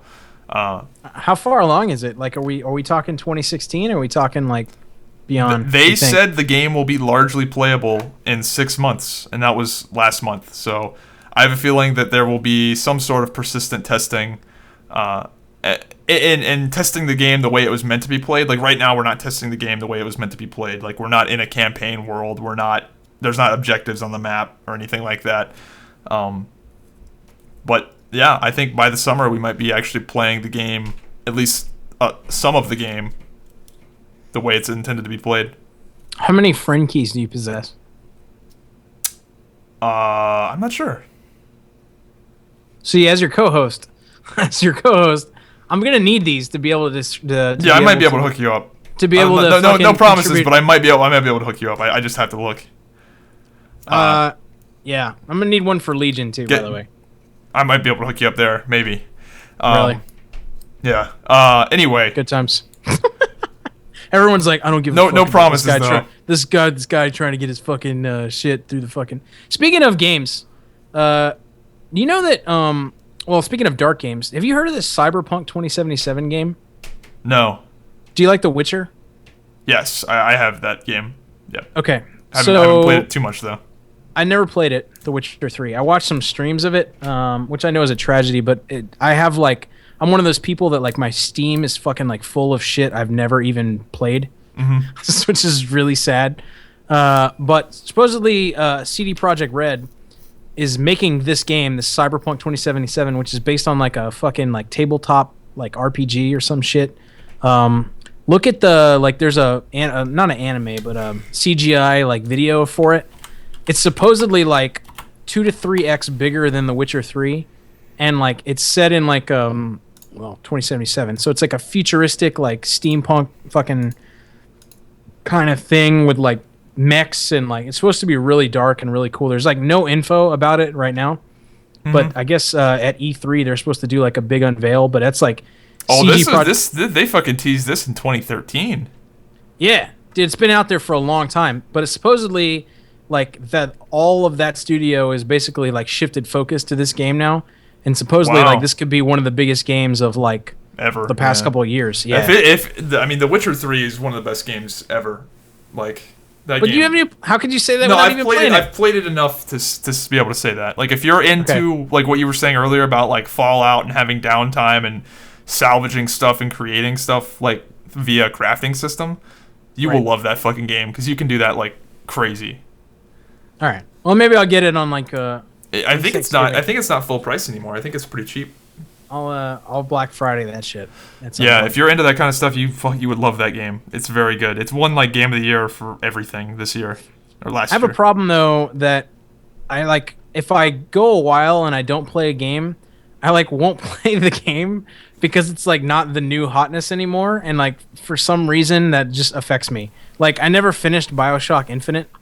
And like I know that's like a pretty good game or whatever, but like I like that game. So like I stare at the logo and I'm like I should finish that game, but then I think to myself like no one plays that anymore. It's like an old game, so then I just don't play it. It's weird. It's weird, dude. Like I don't know why the fact of whether or not a game's new, like that would actually hinder me from playing The Witcher if I go forever and it's like on the fucking 1999 bin. Like I would probably skip it for that reason. It's really sad. Yeah. Multiplayer games kind of killed single player for me in a lot of ways. Like I'm like, really? Yeah, I don't, you know, I just have to play against real people. Right. And it's not that I'm like super competitive or anything. Like it's not like I have to be at the top of a leaderboard or anything. Like I'll play Call of Duty and just like want to shit on some scrubs and go like 100-0, and not like care about ranking or anything like that. But I just like to play against other people. Yeah. I like to see. I like when I can like talk to rent, because that's what I miss about the like PC, right? Like I get on like the part of like Jesus Christ. The thing I like about the like I get on PC and like I just tried Discord for the first time, which actually isn't a bad thing. It's pretty good. It's pretty good. Mostly TeamSpeak and Mumble, but I get on that with like a group of people, right? And I have like, you know, everybody has their communities, and you just bullshit while you play games, and sometimes the people you're bullshitting with are also the people that you're playing the game with. But the thing I liked about console back in the day, and I don't do it as much, but is you just get thrown in with random people. Yes, that's dead though. Everyone's like muted now. Really? Yeah, dude. It used to be everyone. Party chat killed it. I guess what you find now is fucking like 12-year-olds, but like not even that exists anymore. Talking shit to like random 12-year-olds that get in there and they're like, you know, they say like some of the most outlandish shit, and I just make, because I'm like good at making fun of people. Like, even if I'm the one fucking losing, I can make fun of you better. Are you referring to the old Xbox 360 like Halo 3 days? No, I'm talking about Call of Duty days. I'm talking about like playing Madden days, where like but like back in like 2005 ish, probably. Like, yeah, like back when like online gaming sort of like rose in popularity with like the Xbox, the first Xbox, like Halo 2. Yeah, kind of like that. Yeah, sort of. So like I think it's kind of cool. Like where I saw that a little bit was in the Division. It actually brought it up a little bit to me because I was watching Lyric's stream, and him and this guy were playing like the Dark Zones, and this one dude was trying to be funny, and it ended up being stupid, but comes up to Lyric and he's like, "Hey, excuse me, sir, do you have a second that I can talk to you about my Lord and Savior Jesus Christ?" And Lyric's like, "What the fuck?" And he's like, and then the guy's like, Lyric's like, "Yeah, you can tell me all that if you shoot me once, let me kill you and take all your stuff, I'll convert to Jesus." And so this kid, it's like a younger kid, right? He's like, well, you see, and his buddy's like standing right beside Lyric, right? So there's like two and there's just one little kid. He's like, "So you see, there's one problem with that." And Lyric's like, "Well, what's that?" And he goes, "You gotta catch me first," and blam, just blast him with a fucking shotgun right in Lyric's fucking face, dude. Drops him. I mean, just like on it, just like you don't really like fall in that game one shot. You know, this kid must have had like I don't know what, but just fucking one shot right to the face. He's on his fucking knees, crawling around trying to live. You know what I mean? And he just bolts ass like over the fucking roof and just gone behind like this school bus. And they're like, and Lyric's like, what the fuck? He's like, get that little bitch. And they like run around the whole map, can never catch this kid. And I thought that was fucking hilarious because like that's what I miss about like online gaming is just the random fucking stupid people you run into. You know what I mean? Yeah. Yeah. Yeah. The proximity speak. A lot of people want that in Crowfall as well. Having that. Yeah. Yeah, I think it'd be really cool. Not in WoW though. It'd be terrible in WoW. Yeah, well, with Crowfall, the thing is like if somebody's being an annoying cunt, you can just kill them. Whereas in WoW, you can't do that. Right. Right. It would only work. It would only work in like that in games like that, like open world PvP, like The Division. Right. I think it's cool. Yeah. Anyway, speaking of, did you ever play SWTOR? Yes. When it first came out, yeah. Right. Have you played it recently? No. So they added this system. I don't know if you've heard of it. I talked about it a little bit. Galactic Starfighter. Have you heard of this? No. So, remember when SWTOR first came out? It had PvP, right? But they have like all the questing and whatever was pretty good. Mm-hmm. They had remember the on rails like space battles. Yes. Yep. So those were pretty fun. Yeah, those were actually like surprisingly like pretty well done. Exactly. So they have a system now called Galactic Starfighter that is. So picture you get a ship, right? And you can customize your ship. You can get all different kinds of ship. You can customize the weapons for that ship. You can customize the color. You can customize the crew, and all the crew give you different bonuses that hooks up with you. You can customize all kinds of bullshit. It's 360 like fucking spherical like Eve, where you can point your ship in any direction, and it's like objective based space PvP. So like, yeah, there's like pretend there's like 3 nodes. Like, and if you're in the general vicinity of a node and you've like captured it, like your team gets points or resources or whatever. It's kind of like Halls of the Bloodsworn and WildStar-ish. Yep. So like that, but in space with a ship, and it's all dogfighting. So you like lock onto somebody else, you shoot them with missiles, blow them out of the sky. Yeah, it's the funnest fucking PvP I've ever played. Really? Like, I really recommend you go back into SWTOR because it's free, and you'll get like PvP currency, and you can buy like new guns for your ship. You can buy like better crew members. You can whatever. It's like its whole system. It's a whole game within the game. That's like the most unique PvP I've ever played in an MMO. And like I hate Eve. It's the slowest, shittiest game I've ever played. This is like really fun, so I highly recommend you try it. Yeah, Galactic Starfighter. That always was like a weird thing about SWTOR. Like those space battles seemed like really out of place. It's like what? It's like Star Fox and fucking SWTOR, but they were really well done. Yeah, no, check this out. Watch a video of it or something if you don't want to like invest any time in it. But I let my girlfriend try it, and she's like, "Oh, I need to play SWTOR now. It's like a good time. Like that's what we do is PvP fucking space fight." So, yeah. So, are you a big politics guy, or do you keep up with it any? I'm a politics guy in that I post memes about Donald Trump. Okay, so we're pretty much on the same level. Okay, right. Did you see that Donald Trump, like, he posted a Pepe Frog image of himself on his Twitter? No, did not see this. Yeah, he actually did that. It's pretty amazing.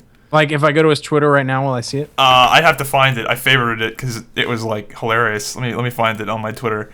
Let's see, likes. I just think that in 20, what are we? 16, bro. Yeah, right. I just think that. By the way, I've already lost a follower since we started the show. Pretty sure. It's pretty sad that someone like knows that I'm doing this show and they're like, "Fuck that guy." They unfollowed me. Anyway, I just think it's ridiculous that like when he started running. Like we were like, oh, that's funny, that's cute. That'll be like fun. Yeah. And now it's like, oh my god, he could win. Oh, what the hell? You can't stump the Trump? That's pretty funny. Yeah, I just can't believe he posted that on his actual Twitter. I see. Here's what I think about Donald Trump. I think he is actually. He goes home and he thinks to himself, "I cannot fucking believe I'm getting away with this shit." I know. It's like he's like, I did this as a joke, and now it might actually happen.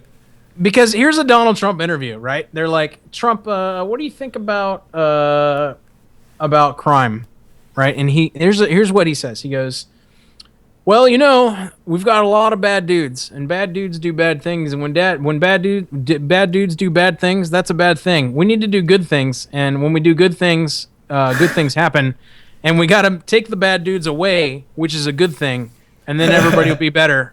Make America great again. Trump out." And then everyone's like, "Woo!" He just says the same catchphrases over and over and over again. He does, and he's like, "No, that's the stupid." Like they're like, "What do you think about Congress?" Oh, they're fucking bunch of morons. My favorite thing is if a news outlet criticizes him, he'll be like, "So the New York Times, a failing newspaper, called me a blah blah blah blah blah." Like I just love how he just tears shit down. It's so funny. He's like, the Megyn Kelly or whatever, that stupid bimbo, fucking, you know what I mean? Yeah, I do appreciate what he has done for politics in the sense of, what he's doing is fucking pretty gangster. He self-funded his campaign, he hasn't spent hardly any money, and he does whatever the fuck he wants to. Yeah, really, he's winning! That's the crazy thing, is he's making a mockery of our entire political system.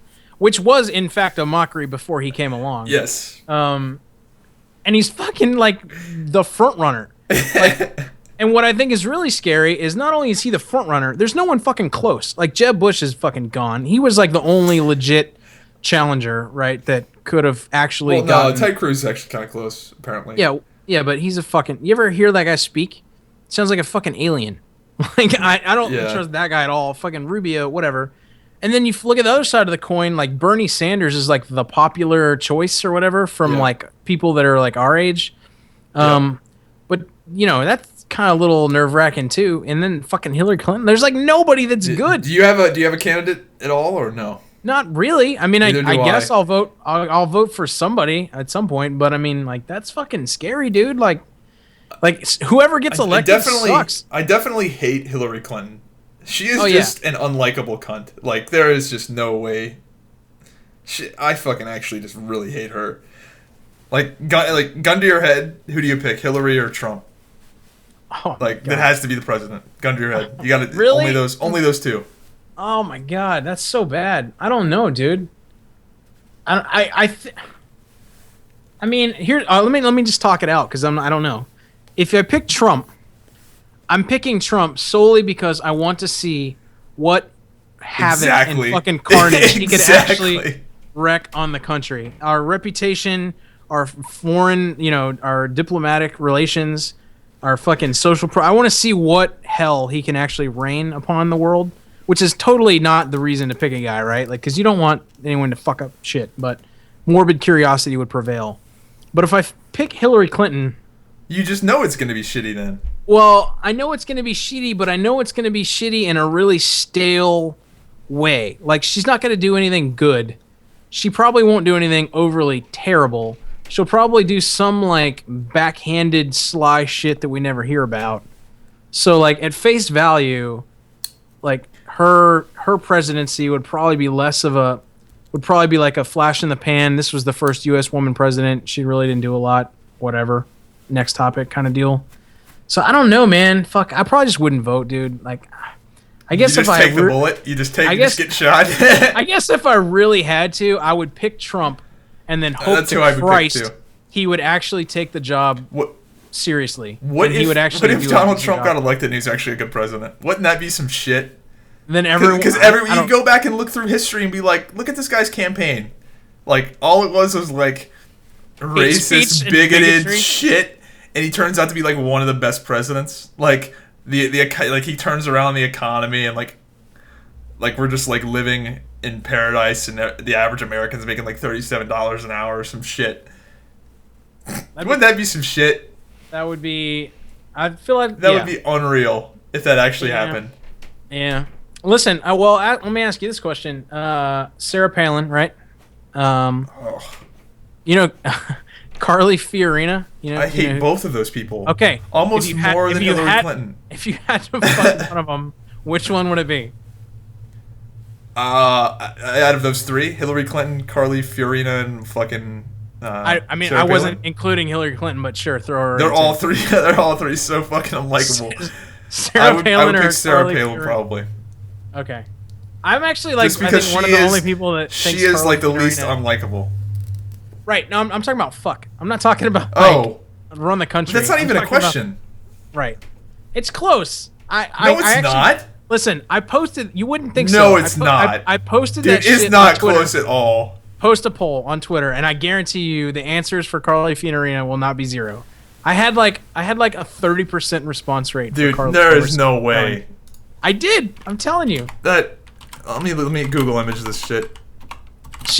I mean, you have to find the right picture, but she's not in the right. I guess if the lights were out and she had a bag over her head. No. Now, don't get me wrong. Definitely, I agree that Sarah Palin is better, and I would take her 100 times out of 100. But I do think that some people can make a case for Carly not being so bad. I don't know why we're talking about this shit. You know what I do think is stupider though. What if Donald Trump stupider? Yeah. What if Donald Trump got elected and then just started like dabbing everywhere he went? That's the first thing he does when he's inaugurated. He does the inauguration thing and then he just dabs. He just dabs. He gets up to the podium and he starts fucking dabbing after every fucking point. That's the thing where it looks like you sneeze, right? I'm not familiar with it. Yeah. Yeah. That's the thing Cam the Newton Squidward gif or whatever. That shit's hilarious. Yeah. Where you look like you sneeze. Yeah, let's call it that. Let's call it that. I think that is the dumbest shit. If I had to pick one thing to fucking go away in 2016 and never come back, it would be dabbing. I think it's pretty funny, dude. The Squidward gif of it. Let me find it. What does it mean? I'm not familiar with the. I think some rapper started doing it, and then Cam Newton is right. Yeah. He fucking like picked it up, and now it's like fucking everywhere, dude. It's like everyone's doing it. And then there's a picture of like.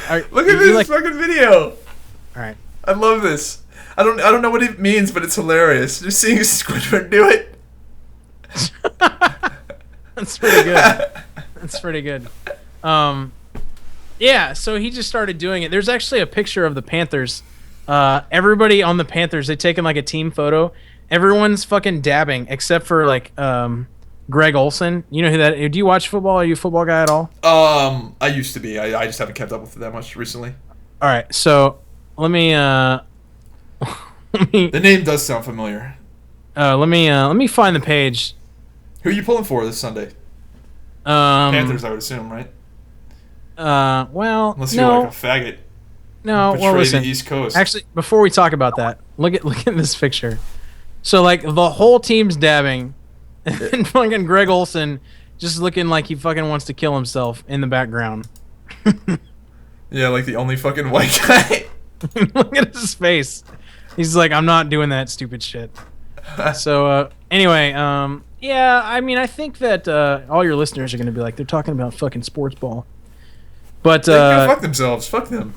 Yeah, I see. The Panthers. What I think is funny is they're probably going to have the most historic season in football, like in terms of being good. But when they blow out the Broncos in the Super Bowl, their perfect season will have been fucking screwed over by the Matt Ryan fucking Atlanta Falcons. Yeah, second to last game of the year, the Falcons shut them down. That is depressing. Yeah, I want the Panthers to win just because they've been mediocre for so long. And I'm obviously on the East Coast. So. Yeah, but it's Peyton Manning's last game, and he's arguably the greatest quarterback ever. You can't not want Peyton to get one more on the way out. Like, not even if you're a Broncos fan. Yeah, yes, he does. But this season, like, he's been the ridicule, like, laughing stock of football because he's been fucking terrible. And he somehow he makes it to the Super Bowl. Like, you gotta want him to just get one and then retire. I think anyway. I don't know. I just want to watch the game. I think the Panthers are gonna fucking blow out the Broncos. It's not even gonna be close, but I would really like it if the Broncos won. Now, if not only to just if Cam Newton wins a Super Bowl, God save the world, because he's gonna be the most arrogant fucking dude in the history of ever. Even though he is now, but he will be more so then. Yeah. Anyway, you gonna go to a party? You got a party? You got a listener? You gonna throw a fucking listener party? Super Bowl party? No, I'm just going over to my dad's house, and I think we're having some people over and some food, and it's an event. The commercials, and it's normally pretty fun, even if you're not. Can listeners show up if they want to? No. Okay. Just thought I'd ask for everybody out there. So what's your thoughts on we didn't hit on fucking Bernie? Are you one of these? You're obviously not. But like, what's your thoughts on like the whole like Bernie? Burner? Yeah. My thing, right? Like, not to get too like sad politically, whatever. Like, I'm for social programs, right? I just don't know if I'm like fully for all of them, right? Like, I want people to be able to live, but at the same time, like I don't really know if I'm for like the lowest level worker in the entire world making like money comparable to like a nurse or something, somebody that's been to school and like their job is like, you know what I mean? Like, so yeah, I get where you're coming from. I really do like a lot of like I'm registered Republican, but I voted for Barack Obama twice. So like I like to think of myself as voting for the person who I think makes the most sense and uses the most logic and would do the most good. So I'll probably vote for Bernie Sanders, but that whole thing about, his whole like how social, like we call himself socialist, whatever, but how left he is kind of makes me a little nervous, I guess. Yeah. Is what I'm saying. Like, I mean, I'm not rich, but I make pretty decent money, and like, what do you do if you're comfortable saying? Don't say how much you make, but I'm curious what your job title is. I do like I sell like industrial sales. So like I sell like steam systems and like pipe and things like that and valves and shit to like industries. So like chicken plants, power companies, fucking NASA, you name it. Does that have like a title, or is that like it's like a sales rep, account sales rep, yeah, whatever. Do you work for some like big company that produces like no, like I work for a smaller company that like a distributor kind of deal. Oh, okay. So anyway, so yeah, I like the whole Obamacare health thing like fucking hit us hard like with money, because I just had a kid and all that kind of shit, and like you pay a lot, dude. Like as a young, like I don't know how much you pay for like healthcare and shit like that, but like for me and a wife and a kid, dude, it's like $900 a month. Fuck. Yeah, like what the fuck, dude? And we never go to the doctor ever. You know what I mean? So dude, it's like crazy. I get that, it's good that like that all that extra money that I pay goes for somebody else to get healthcare, and I do think that healthcare should probably be like a baseline fucking thing. But I just think there are a lot of people that abuse system. Do you guys both work? Yeah. Okay, she's so you part-time now. Oh, you guys have like a decently high dual income then, I would assume. Yeah, but not as high because she went down to part-time when we had the kid. So we're actually like downsizing our house to make it to make it more feasible for her to do that. Because otherwise I get stuck with the baby all night because she's a overnight nurse. Mm-hmm. Which is kind of rough when you got to work and then you got to get up with the baby. Like, dude, single parent life, like I have the most respect for anyone, dad, mom, whatever. If you're a single parent and you don't have a lot of support group and you take care of your kid, that has got to be the hardest fucking job in the entire world. So yeah, I'm just like, a long story short, that like Bernie, while he's probably the best candidate of any of the candidates, that he doesn't make me 100% comfortable. Because I just don't know like how extremist he actually is. Yeah, that's how I fall. Like I think he is the best candidate, but like dude, some of the shit he says is like pretty dumb. Like here, let me pull it up real quick. But he's got a good tagline, dude. Feel the burn. Yeah, that is pretty good. The Burninator. So Bernie Sanders wants everyone to have 12 weeks of paid vacation time a year. Guaranteed 12 weeks of paid vacation time. He tweeted this himself. Yeah, but a lot of shit that candidates run on just would never happen. It's what, 12 weeks? Yeah, but that won't happen. Yeah, I know, but like that even the idea of that, like what sort of fantasy land do you live in where you think that a lot of businesses are going to be able to fucking foot the bill for 12 weeks of paid vacation a year? It would never fly, dude. Like that's just one of those things. Like that's the thing. He keeps like I see it all on the internet all the time. People talk about like Denmark this, Denmark that, and he points to Denmark as like the land of like the happy place even or whatever. Those European countries only have like a month, like 4 weeks of paid vacation. This 12. Yeah, well, I mean, you're in the military, you get a month. So yeah, and that's like the upper echelon of, and I think that's deserving. You know, if you do a fucking tour, you should get that shit. Yeah. I mean, yes, especially when you know, like 24-hour work days and I was in. Fuck being in the military. Yeah, I was Navy actually for 10 years. So yeah, you have a bunch of sick benefits though, don't you? At this point?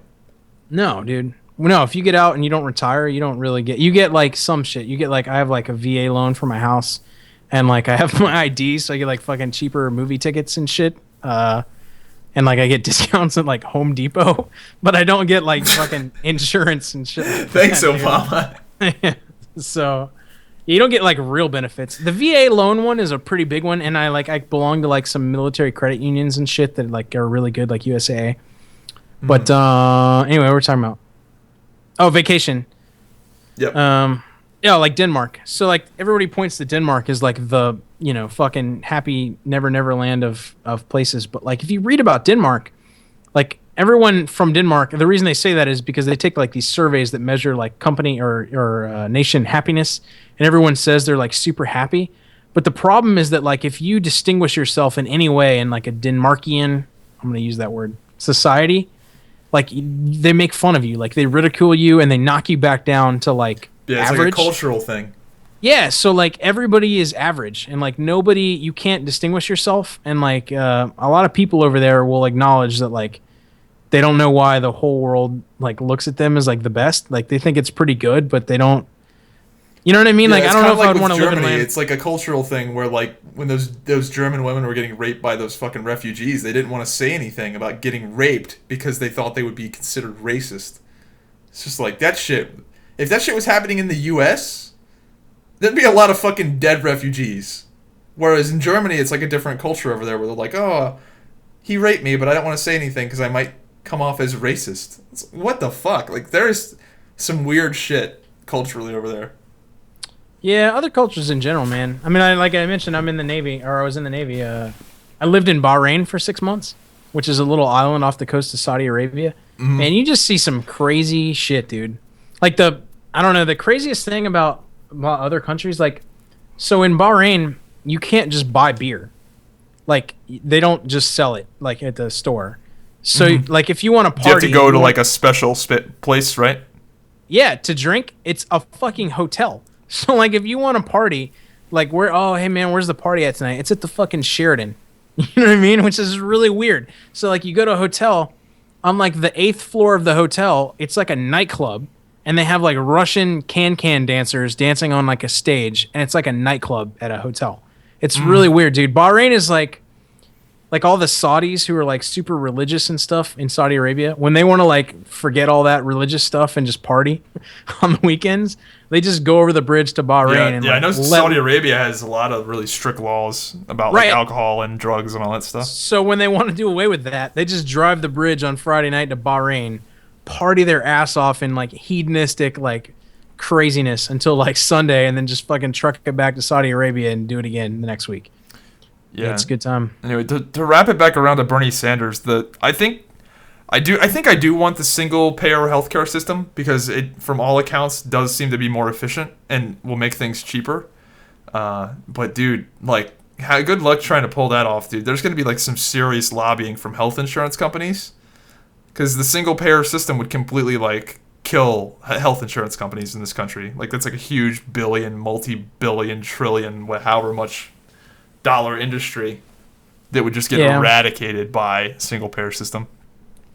See, one thing I noticed, like, looking on, like, Twitter and social media and like, because I'm in, you know, as you are, in the gaming communities. Yep. It's really, really, really like leftist. They're like, feeling the fucking burn, dude. That's for sure. It is, and it's because that demographic, right? Like the people that, and this is gonna sound terrible. Because they only don't want anybody to benefit take this the wrong way, but like if you're the kind of person that like you lean on MMOs because you don't have like a great social system or whatever reason you lean on internet communities and social media and whatever heavily, you're probably the kind of person that would more benefit from those things. Yeah. Meaning like you Like, probably you're don't less have like that's not the guy making like $300,000 a year.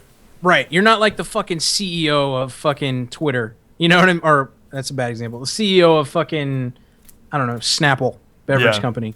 You know what I mean? Like you're in that thing, so you're probably in a situation where you're probably in the lower demographic of like income. Like you would benefit a lot from all of these social like benefits that are being proposed. And I don't mean that in a negative way. I no, mean that's just fucking the truth.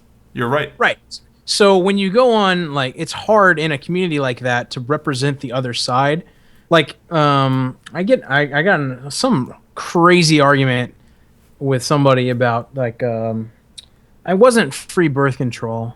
It might have been, but it was like some social program, and I was like, well, I don't think it's that black and white, and it's you don't find a lot of friends that can see both sides of the coin on social media in our groups. So the only thing I agree with is the healthcare for Bernie Sanders. That's pretty much it. Just because healthcare really is its own separate thing where like you don't really have a choice. Like if you need a heart transplant and it costs $50,000, you either pay $50,000 or die. Like it's a very different situation for healthcare. So I can agree with what he was trying to do with healthcare, but for college, like he wants to give everybody a free ride to college. Bull fucking shit. Bullshit. Yeah. Bullshit. No way. That's a fucking no-go.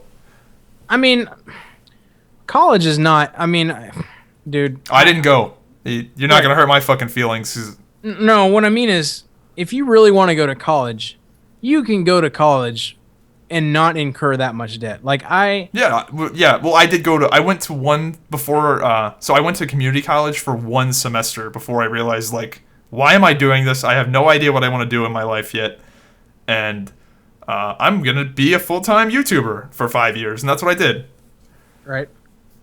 Go on. Sorry, I cut you off. No. That's fine. I'm just saying that, like, so you can go to college if you want to and not incur that much debt, or you just need to.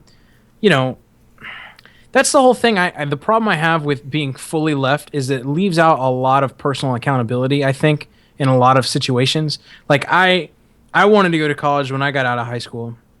I had good grades, but my great grandma raised me, right? And she didn't have any fucking money. And I didn't have any money. So like that's how I actually ended up in the Navy, was that they're like, we'll pay for you for a couple of years to go to school, whatever, as long as you come and do this Navy thing. I was not a military guy at all. Still not. And I wasn't when I was in. But I was like, well, that's the only fucking way I'm going to get to go to school without incurring a shit ton of debt. I might as well do it. And you go in state, you know what I mean? Like, so. Yeah.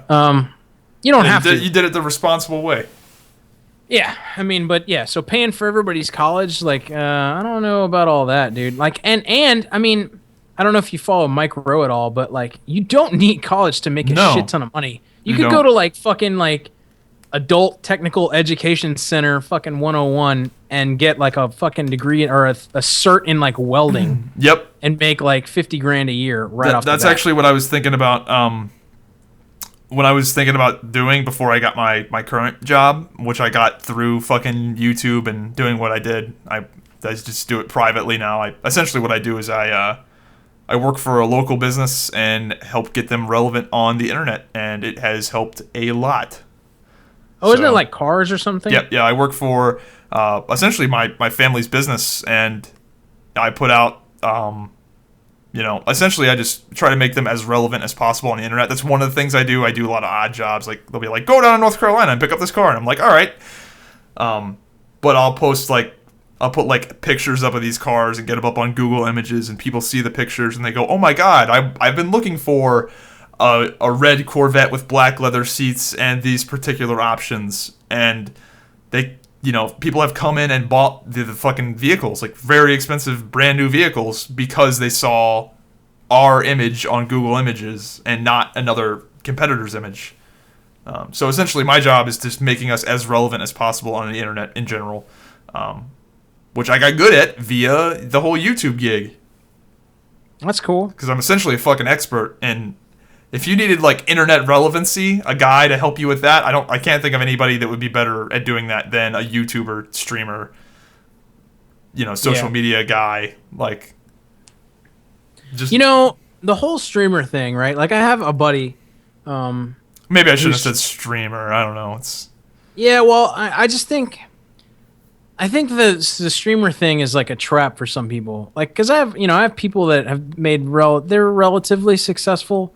Like that do it, and I just think that craze, right? Like if you're a WoW streamer, for example, like I think that's very dangerous. I think it's kind of like a like drugs for like if you get hooked on drugs, right? Like you'll be all right for a while, but then after a while, it's dangerous because you can it's the rise and fall can happen so fast. Right. Like you can get so popular instantly and then lose it all instantly. Right. Like, I mean, a guy like Tally, right? He'll probably stream forever because streaming is not going to go away. You know what I mean? He's so popular, but like these little guys, man, I think all they're doing is basically just buying 5 or 10 years of their life as a fucking delay to do something that's, you know what I mean? Like not trying to shit on it or whatever, but like, I know exactly what you're talking about. After 5 years of YouTube, like, you know what I mean? Like, is YouTube going to be like I guess it has worked out for you, but like, would you do it again 5 years ago? Yeah. Yeah, Would you really? Again. Yeah. Okay. Just because I still, I like what I do. Like, what I do right now, I think will be very relevant. If I do, I don't think I'm going to like... I have a feeling I might stay at this job for a while just because I really like it. But cool. The skill set that I've learned and the track record I have that I can show with my YouTube channel, I think is very, very valuable. Because internet relevance is only going to be more and more important. Like, it's only going to be more important. So for me to be able to like say, hey, look at my YouTube channel. Hey, look at all this stuff I've done. Hey, look at what I did for this other business that had no internet relevance whatsoever. And then they hire me, and now all of a sudden they're getting business from a whole new fucking place that they've never gotten it from. I guess what I mean is, I don't want to be misinterpreted. I guess what I mean is, I think for every mom and pop person that wants to be a YouTuber, you're not going to be fucking Pootie Pie, right? Yep. So probably I would approach streaming and YouTubing as a hobby. You know what I mean? Absolutely. You got to start it off as a hobby, and if it becomes your job, then so be it. Right. Exactly. What I'm saying is I'd be careful about jumping head and feet into. No. If anyone starts up a channel, if you're one of these people that's like, I'm gonna be a fucking YouTuber as my job, now I'm gonna create an account. Like, and if you're one of those people that thinks you're gonna like literally make an account and start making money, you're fucking good luck. No, you got to do it for fun, and then if you start making money, and then you realize this money is getting good, that's what happened with me. I was in high school, made some fucking feral druid videos for fun because people were pestering me. They're like, "Hey, you should make videos. You should make videos." And I was like, "Fuck it, I'll make videos." And then got contacted by Machinima, then started making some money. Then I started making a little more money. Then I started making a little more money. Then I started making pretty good amount of money. And then I was making so much money when I was getting ready to go to college. I was like, why would I go to college? Like, why am I going to like go to a big 4-year college if I might just do this? Because I'm having a fun time doing this and I'm making good money. Or at least good enough money for a single male with no like dependents to live off of. Like, did you make more or less money doing YouTube than you did when you were making those gay porn films? Equal. Okay. Second. I heard it was lucrative. I just didn't know like how lucrative. Well, gay porn does pay better. Right, exactly. But anyway, yeah, no, I don't regret the YouTube decision at all. I mean, I think I think it's a good resume thing. Right. Because it's something that not many people have done. Yeah, I think that was the moral of the story. My point was that I think in today's world it can be dangerous for younger people to think that, hey, I can just fire up a stream and I can be fucking Tally. I mean, I tried streaming, but here's the problem I have with streaming. I find it really hard to have a conversation with my fucking self to people on a chat that can't talk back to me. Like I sit here and it's not stupid. I don't want to say it, but I feel stupid being like, oh, that was funny. You know what I mean? Like commentating. Yeah, talking to I can't do that. Like my brain is just not cut out for it. Yeah, this is just dumb. Like. Yeah, I'm not a big streamer. I did stream. I was pretty damn successful in the WildStar days and when I played WoW. But I never considered myself a very good streamer. Just because I never could keep it up. Like I never could keep like a high energy. Like I'm just like I guess a bit of a low energy person. Like some of these streams you go in, they're like, "Hey guys, what's going on? Thanks for following." Blah, blah, blah, blah. And they're just like constantly talking, constantly doing this shit, and I'm like, I can't keep that up for fucking hours and hours and hours. Yeah. I just want to like chill out and Crip. If I could be a streamer, I think the streaming style I would like is to be like Criparian. He's got like that chill stream where like he does interact with the chat, but it's not like OCD. Like every single person gets everything. I have a buddy that's really smart, super fucking smart, who likes Crip. And the reason he likes him is because of that reason. Like he doesn't. Yeah, that's why I like him. I mean, he doesn't. He's sort of unique in that space where he like kind of just well, he's also unique, and he's like one of the few people that can pull that off. Like he's like most streamers that would try to do that would be like, this guy's boring. He doesn't even read chat. Right. See, my problem is that like I think I do pretty good with like podcasting because I enjoy I think I'm good at jumping off of what other people say and then making some ridiculous that's how I am as well. Yeah. Right. So when you have somebody to play off of, it makes it a lot more fun. Yeah. It's hard to do when if I have to make it up myself, then I just end up making fun of myself and fucking sounding stupid. I mean, I probably sound stupid on the podcast too, but I sound stupider. Yeah, like some people do those one-man podcasts where it's just them talking. That takes a lot of like talent, in my opinion, to be able to pull that off. Like Bill Burr does one that's really good. And there's no way I could do that. I have to have somebody to play off of. Yeah. I'm a big stand-up comedy guy, though. I love it. I'm a big fan of it as well. Netflix is putting up a lot of stand-up comedy now, like originals. I like that. Really? Yeah. I haven't seen any of that. I watch all the Netflix shows. And speaking of shows, I don't know how long you want to go on our initial podcast, but I'm a big TV guy because, like, with the kid and with the wife or whatever, like, she's pretty chill too. Like, she is like the best person ever for me because, like, not only does she take all my stupid fucking jokes, but she's down for whatever. So she likes to just like Netflix and chill without the sex, I guess. So like, yeah, you do have a kid now. Yeah, right, exactly. You watch Shameless at all? No, I haven't seen it. You need to fix your life and watch that show. If anybody has never watched that show is William H. Macy, Emily Rossum, who looks kind of all right. I mean, she looks okay. It's basically like the most irreverent, like, think of the most ridiculous shit you can ever think of in your entire life. That's what happens on the show. Like, Frank, William H. Macy plays a guy named Frank. I'll give you an example. And tries to like cozy up with his daughter he's never met or finds out he has to get her to donate him a kidney because his shit's failing because he's an alcoholic. But he doesn't tell her that like he's her dad. So like she starts making out with him because she falls in love with him, and then he's like at a crossroads because he's trying to use her for a fucking kidney. I'm telling you, dude. Like another one is like this interracial white guy black chick couple. They can't get pregnant, so like they come up with this idea to like the dude like fucks the chick's mom and try to get her pregnant so they can have kids. Like the way I explain it isn't very good. It's on another level of awesome. Like you'll watch that show and go, "Did they just do that on a fucking TV show?" It's good. So I know this is like going way back, but did you like when you went to the Navy? Did you get all of your school paid for, or did you like get out and get your degree with no student loans? Actually, the way it worked out in Florida, and this is what I think they should do. If you want to talk about like political programs and shit. In Florida, they have this thing called Bright Futures where I don't know if they still do. I assume they do. But the tax money, if you have like a 3, I think it's like a 2.5 or above or some shit like that, you get like 75% of your in-state tuition paid for. What the fuck? 2.5? Yeah. God damn, that's either a 2.5 or like a 2.8 or a 3. It's not very high. Yeah. And if you have like I think it was a 3.5. It might have changed, but back when I did it, it was like a 3.5 or above. It's 100% of your in-state tuition plus $300 a semester for books.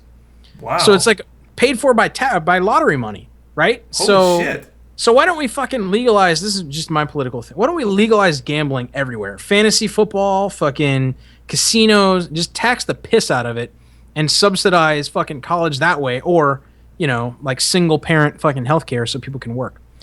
That and marijuana. But anyway, so I had it paid for. So I actually did go into the Navy with the purpose of them paying for school.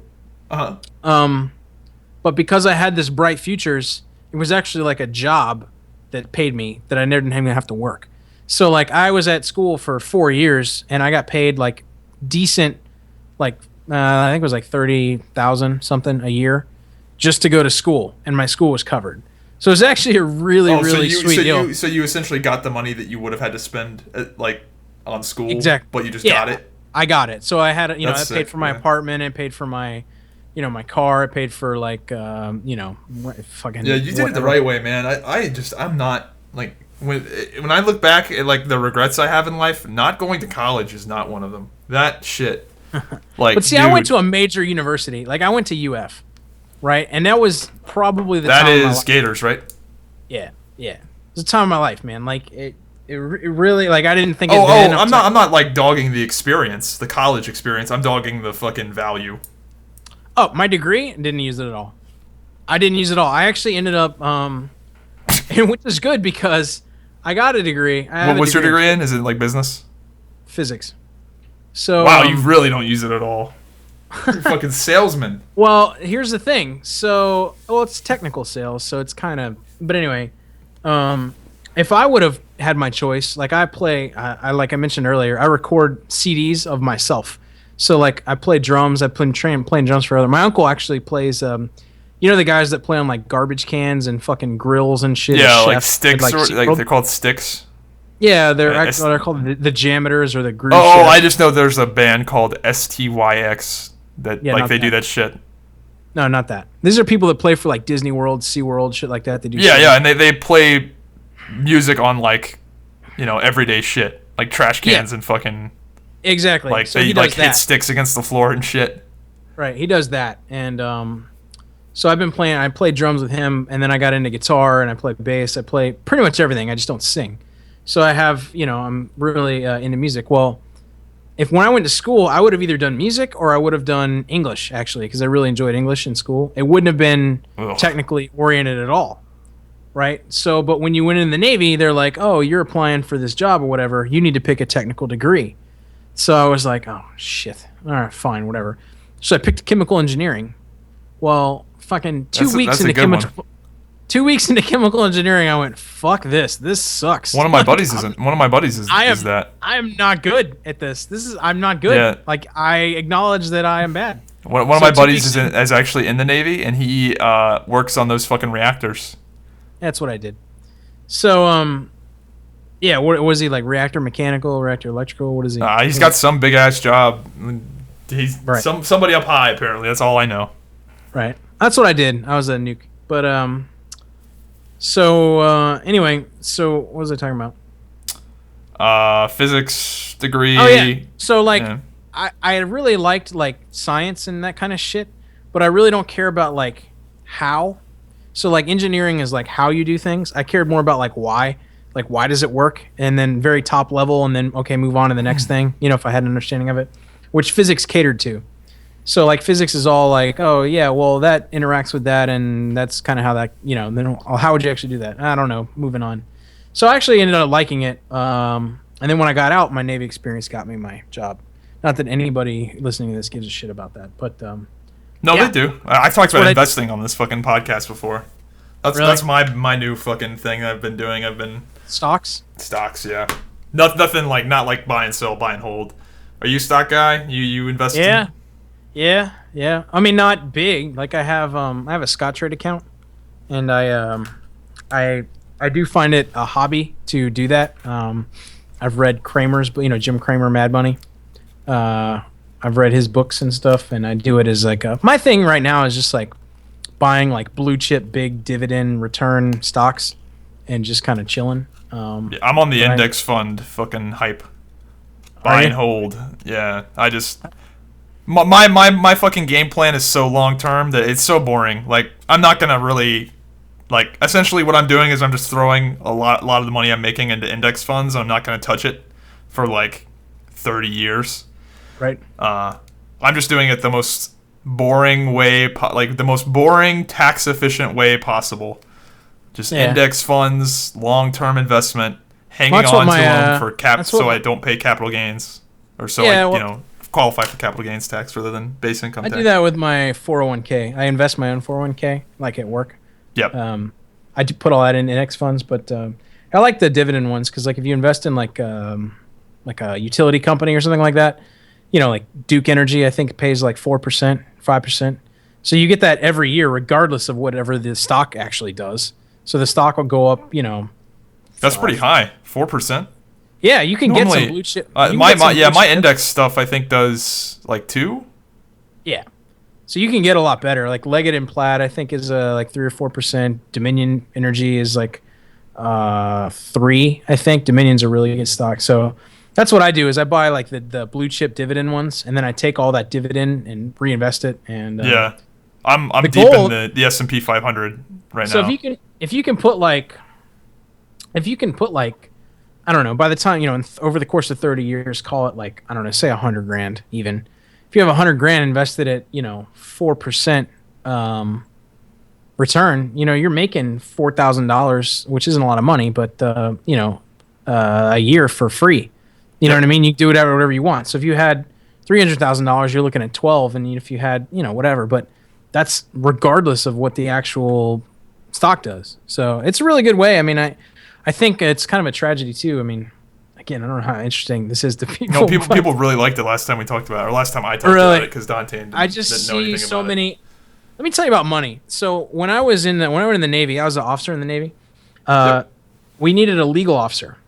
So there's attorneys for that. They're called JAGs. But when you go onto a little dinky ass ship like I was on, you don't get a JAG. You get some clown that they fucking send to a 2-week legal seminar in California that's taught by a JAG that kind of gets you up to speed on like the basics of like military UCMJ and law and stuff like that. So I do that before I get to my ship. There's a 2-week school.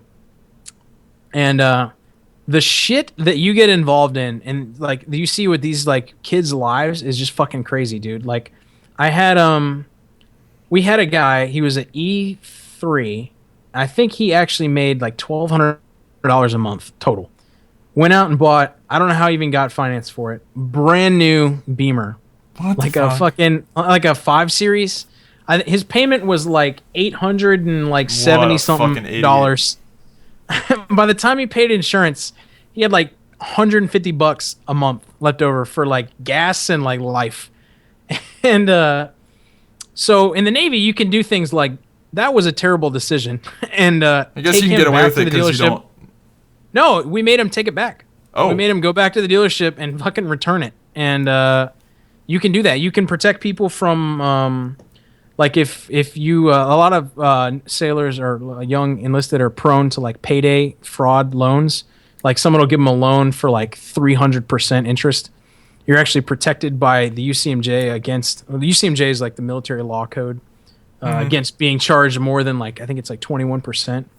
So you're or you can't even I don't even think anymore you can get those. So the people do dumb shit. We had a guy call and I answered the phone. It was like, "Hey, can I speak to EM3 whoever?" And I'm like, "Yeah, who's this?" And they're like, yeah, this is World Tire. We're actually at the gate. I wonder if someone can take his car up here so we can repossess his tires." He did a rent to own program on some rims and tires, and he's like 3 weeks behind.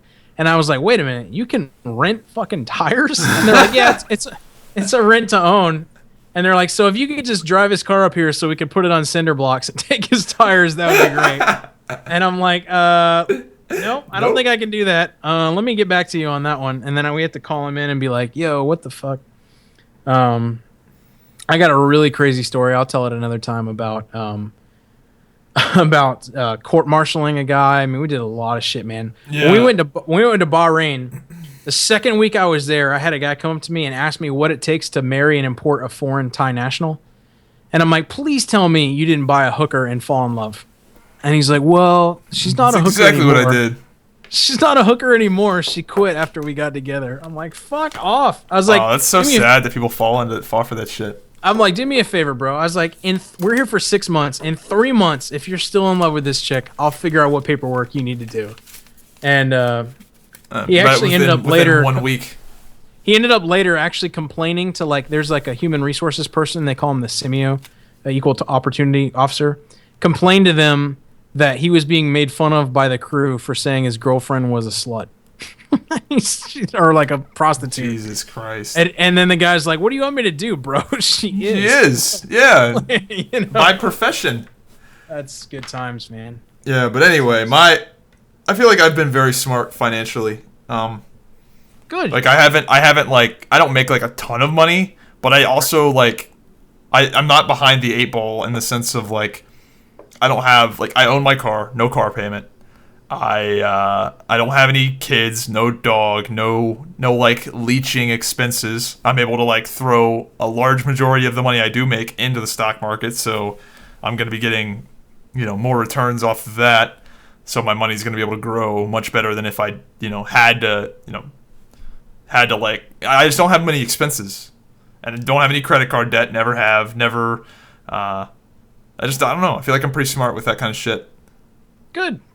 You're probably in the minority. I mean, fuck, dude. Look at all these pro athletes who fucking make millions and then it's just gone. Well, I just see I see some of my friends they just have these student loans, dude. That's the thing. They went to college, but now they've got this mortgage over their head. Right. And then some of them are thinking about buying houses, so they have 2 mortgages over their head. And they have a car payment. You got to be careful, dude. I actually I learned the hard way because I had never had money. I came from being really poor.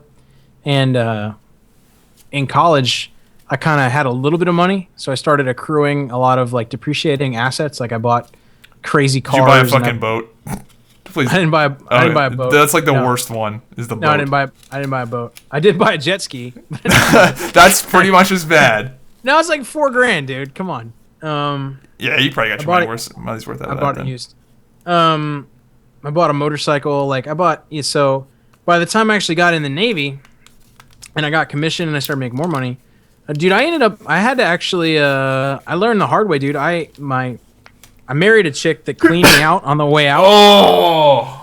Yeah, she cleaned me out. And so then I had all this shit that I had bought for us, and then I was kind of stuck with it. Credit card debt, all that kind of shit. Jesus. So I ended up having to file Chapter 13, which I don't know if you know the difference in bankruptcies, but a 7 is I can't pay anybody, just please forgive all my debt, and they wipe it. A 13 is you make more, it's $40,000 is the minimum. They're you make too much money, you're repaying a set number of % to everybody, and then we're going to wipe it, which isn't nearly as bad for your credit. So I did that, and I ended up repaying $30,000 on 85. And I got to keep all my big shit, but I learned the hard way, dude. And then after 7 years, my credit popped back up, and now I got an 800 credit fucking score. It's a 790 or something. So just that's the thing is people when they get money and they've never had it, they do really dumb shit. It's good that you didn't learn the hard way. Yeah. Luckily, my parents, or I guess my dad, so I could have gone to college. I'll be honest here. My dad had put money Is away Larry for Flint? No. My dad put money away for all of he's got 5 sons, and he put away money for all of their colleges and put it in the stock market. Needless to say, the stocks did well. So I've got a very very lavish fucking education fund. So I could have gone to college if I decided to, but I didn't. So that money is still there, still in the market, still getting returns on it. So you need to just fucking bank that shit. That's the thing. No, I'm gonna leave it where it's at. Like, there's no point. Right. Like, it is. I don't want to say the number, but it is substantial. Like, I could go to a 4-year college, get out, and still have money left. Here's the thing about, we're talking about Bernie Sanders and shit like that. Here's where I don't agree with Republicans. Like, I agree that, like, making $1 million is fucking hard. Like, I haven't done it. I'll probably never do. Well, I'll do it, but it will be over the course of years. It won't be like I'll never have it at one time, right? So your first $1 million is fucking hard, right? But the second one is way easier. The second one is really easy. Yeah. Like, I think that being able to distinguish yourself for the point where you have to earn it and it's in you're doing it that way is I think should be allowed. But what I do think they should tax is when you're to the point where your money is just making you exponentially richer. That's the fucking life path I'm on. But that should be taxed. That should be hit really hard. Because at that point you're doing nothing. Yeah. Okay. So that's you're literally like reading my fucking life playbook right now.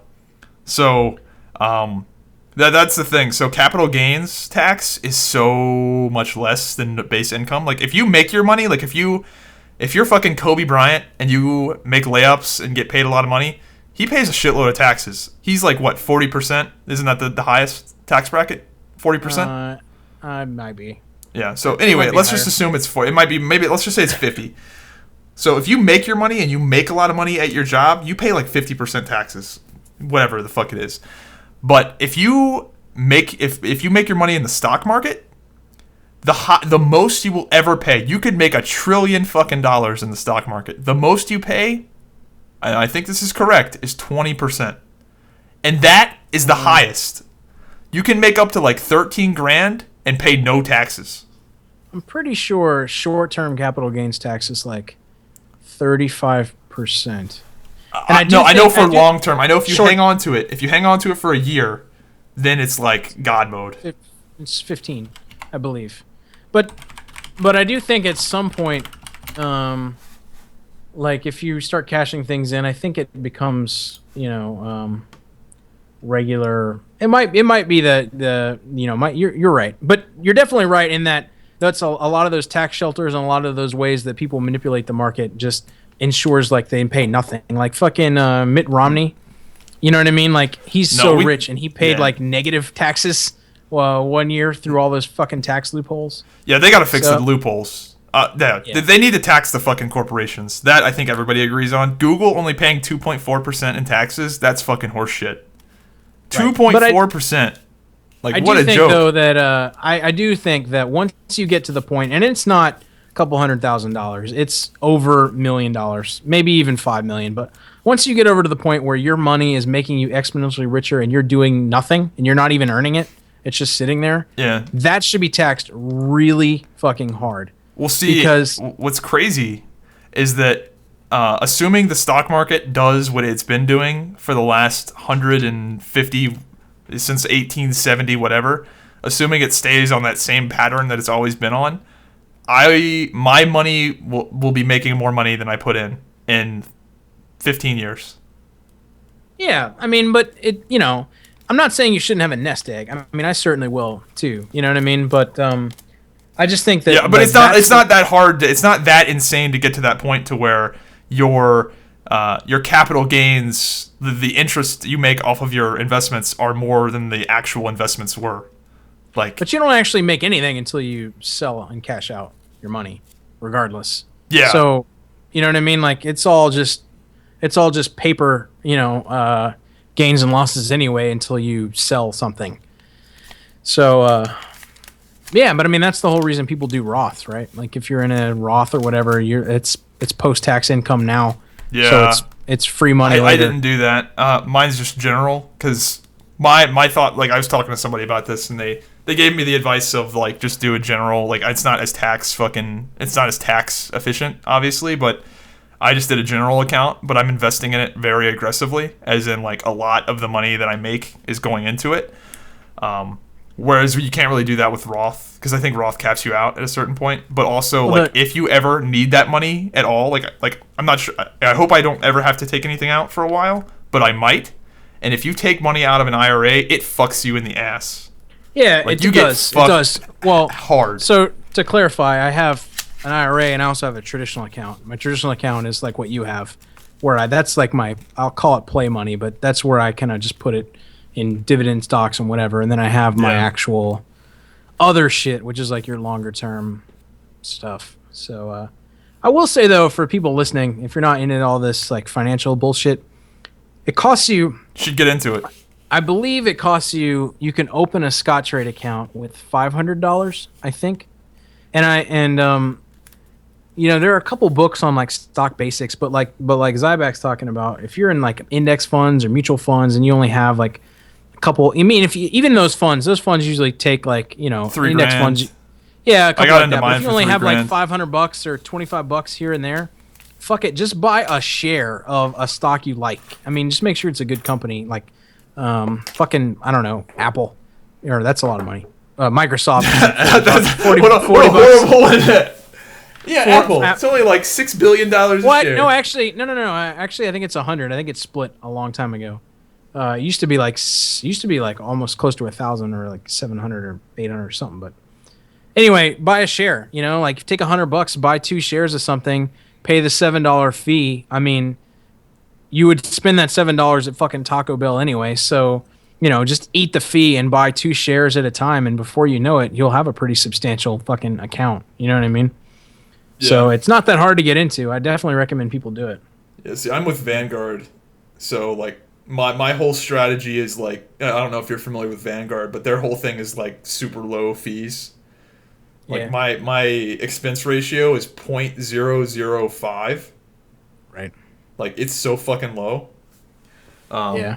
But it's like it's like so boring. Like my shit is literally like buy,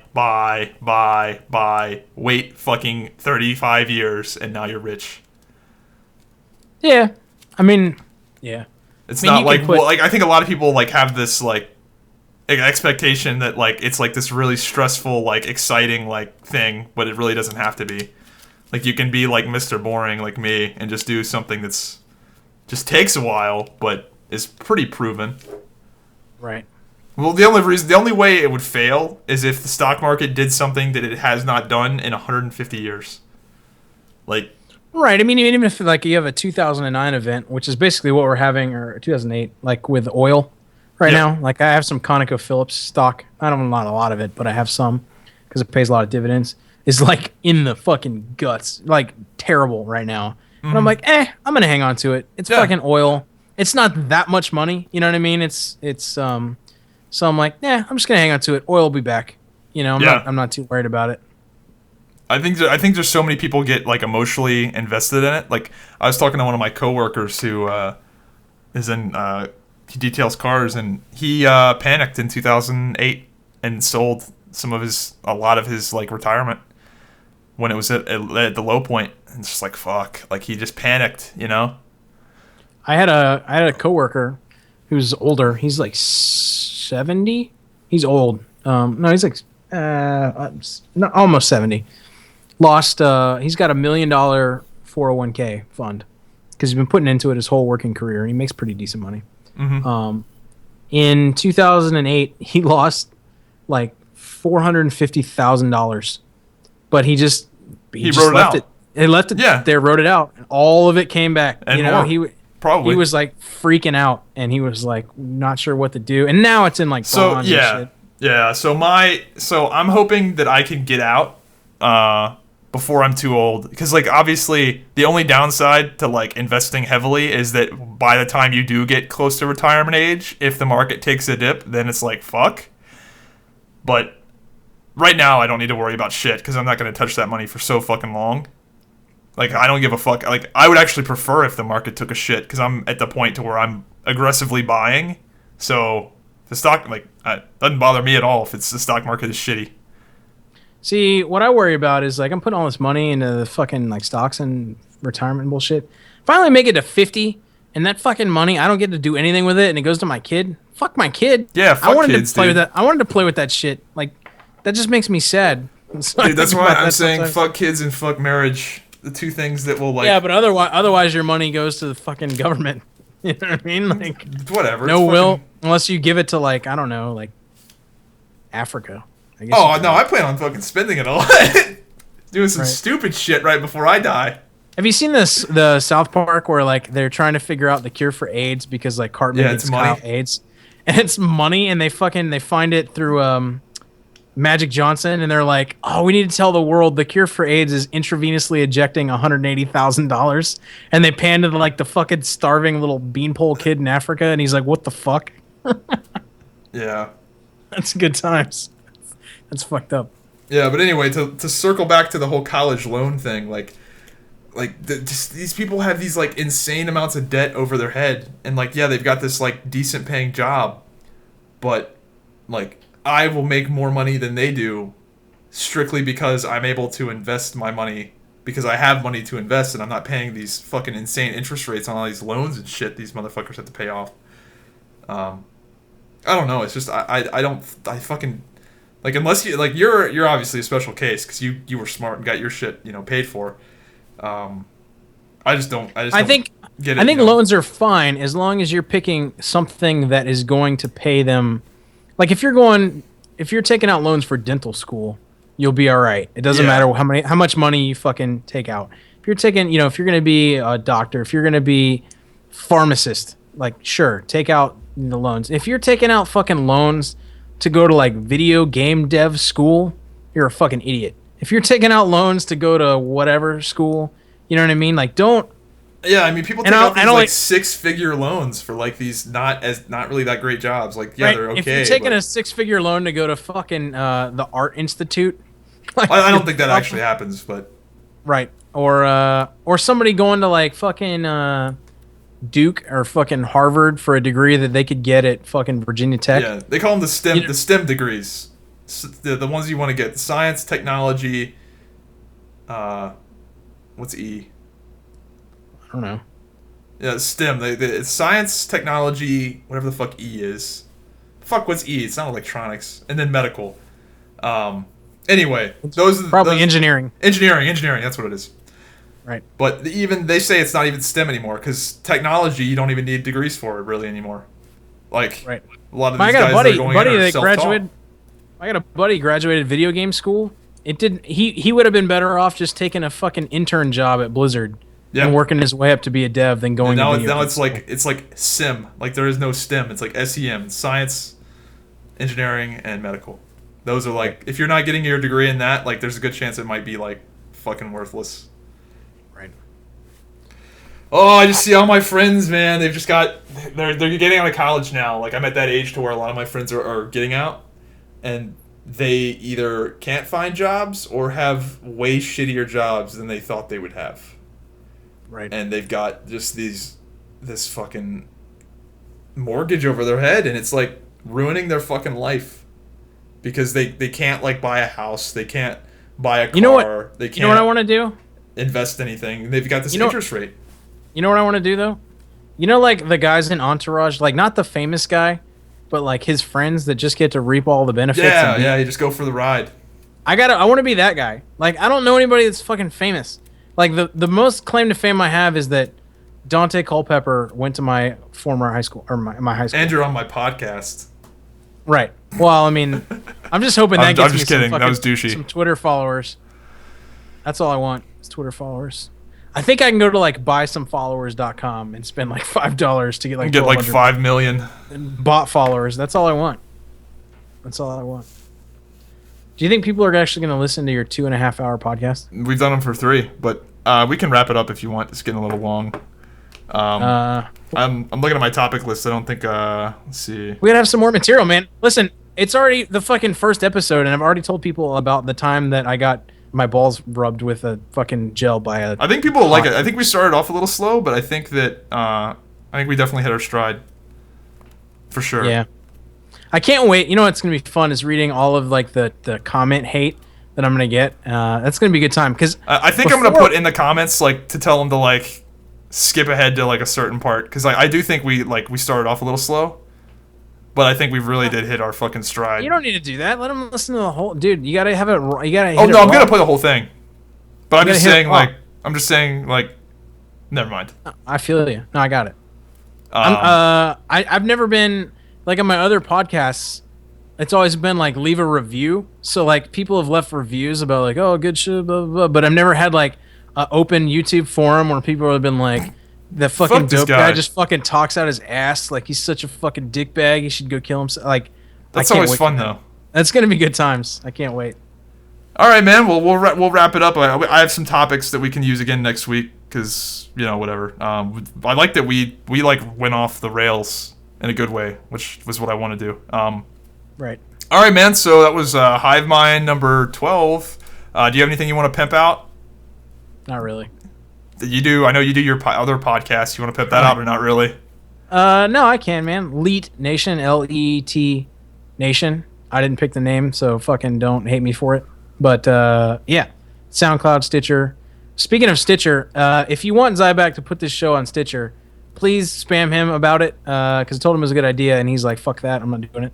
So I think since SoundCloud does RSS feeds, you can probably like put it in there somehow.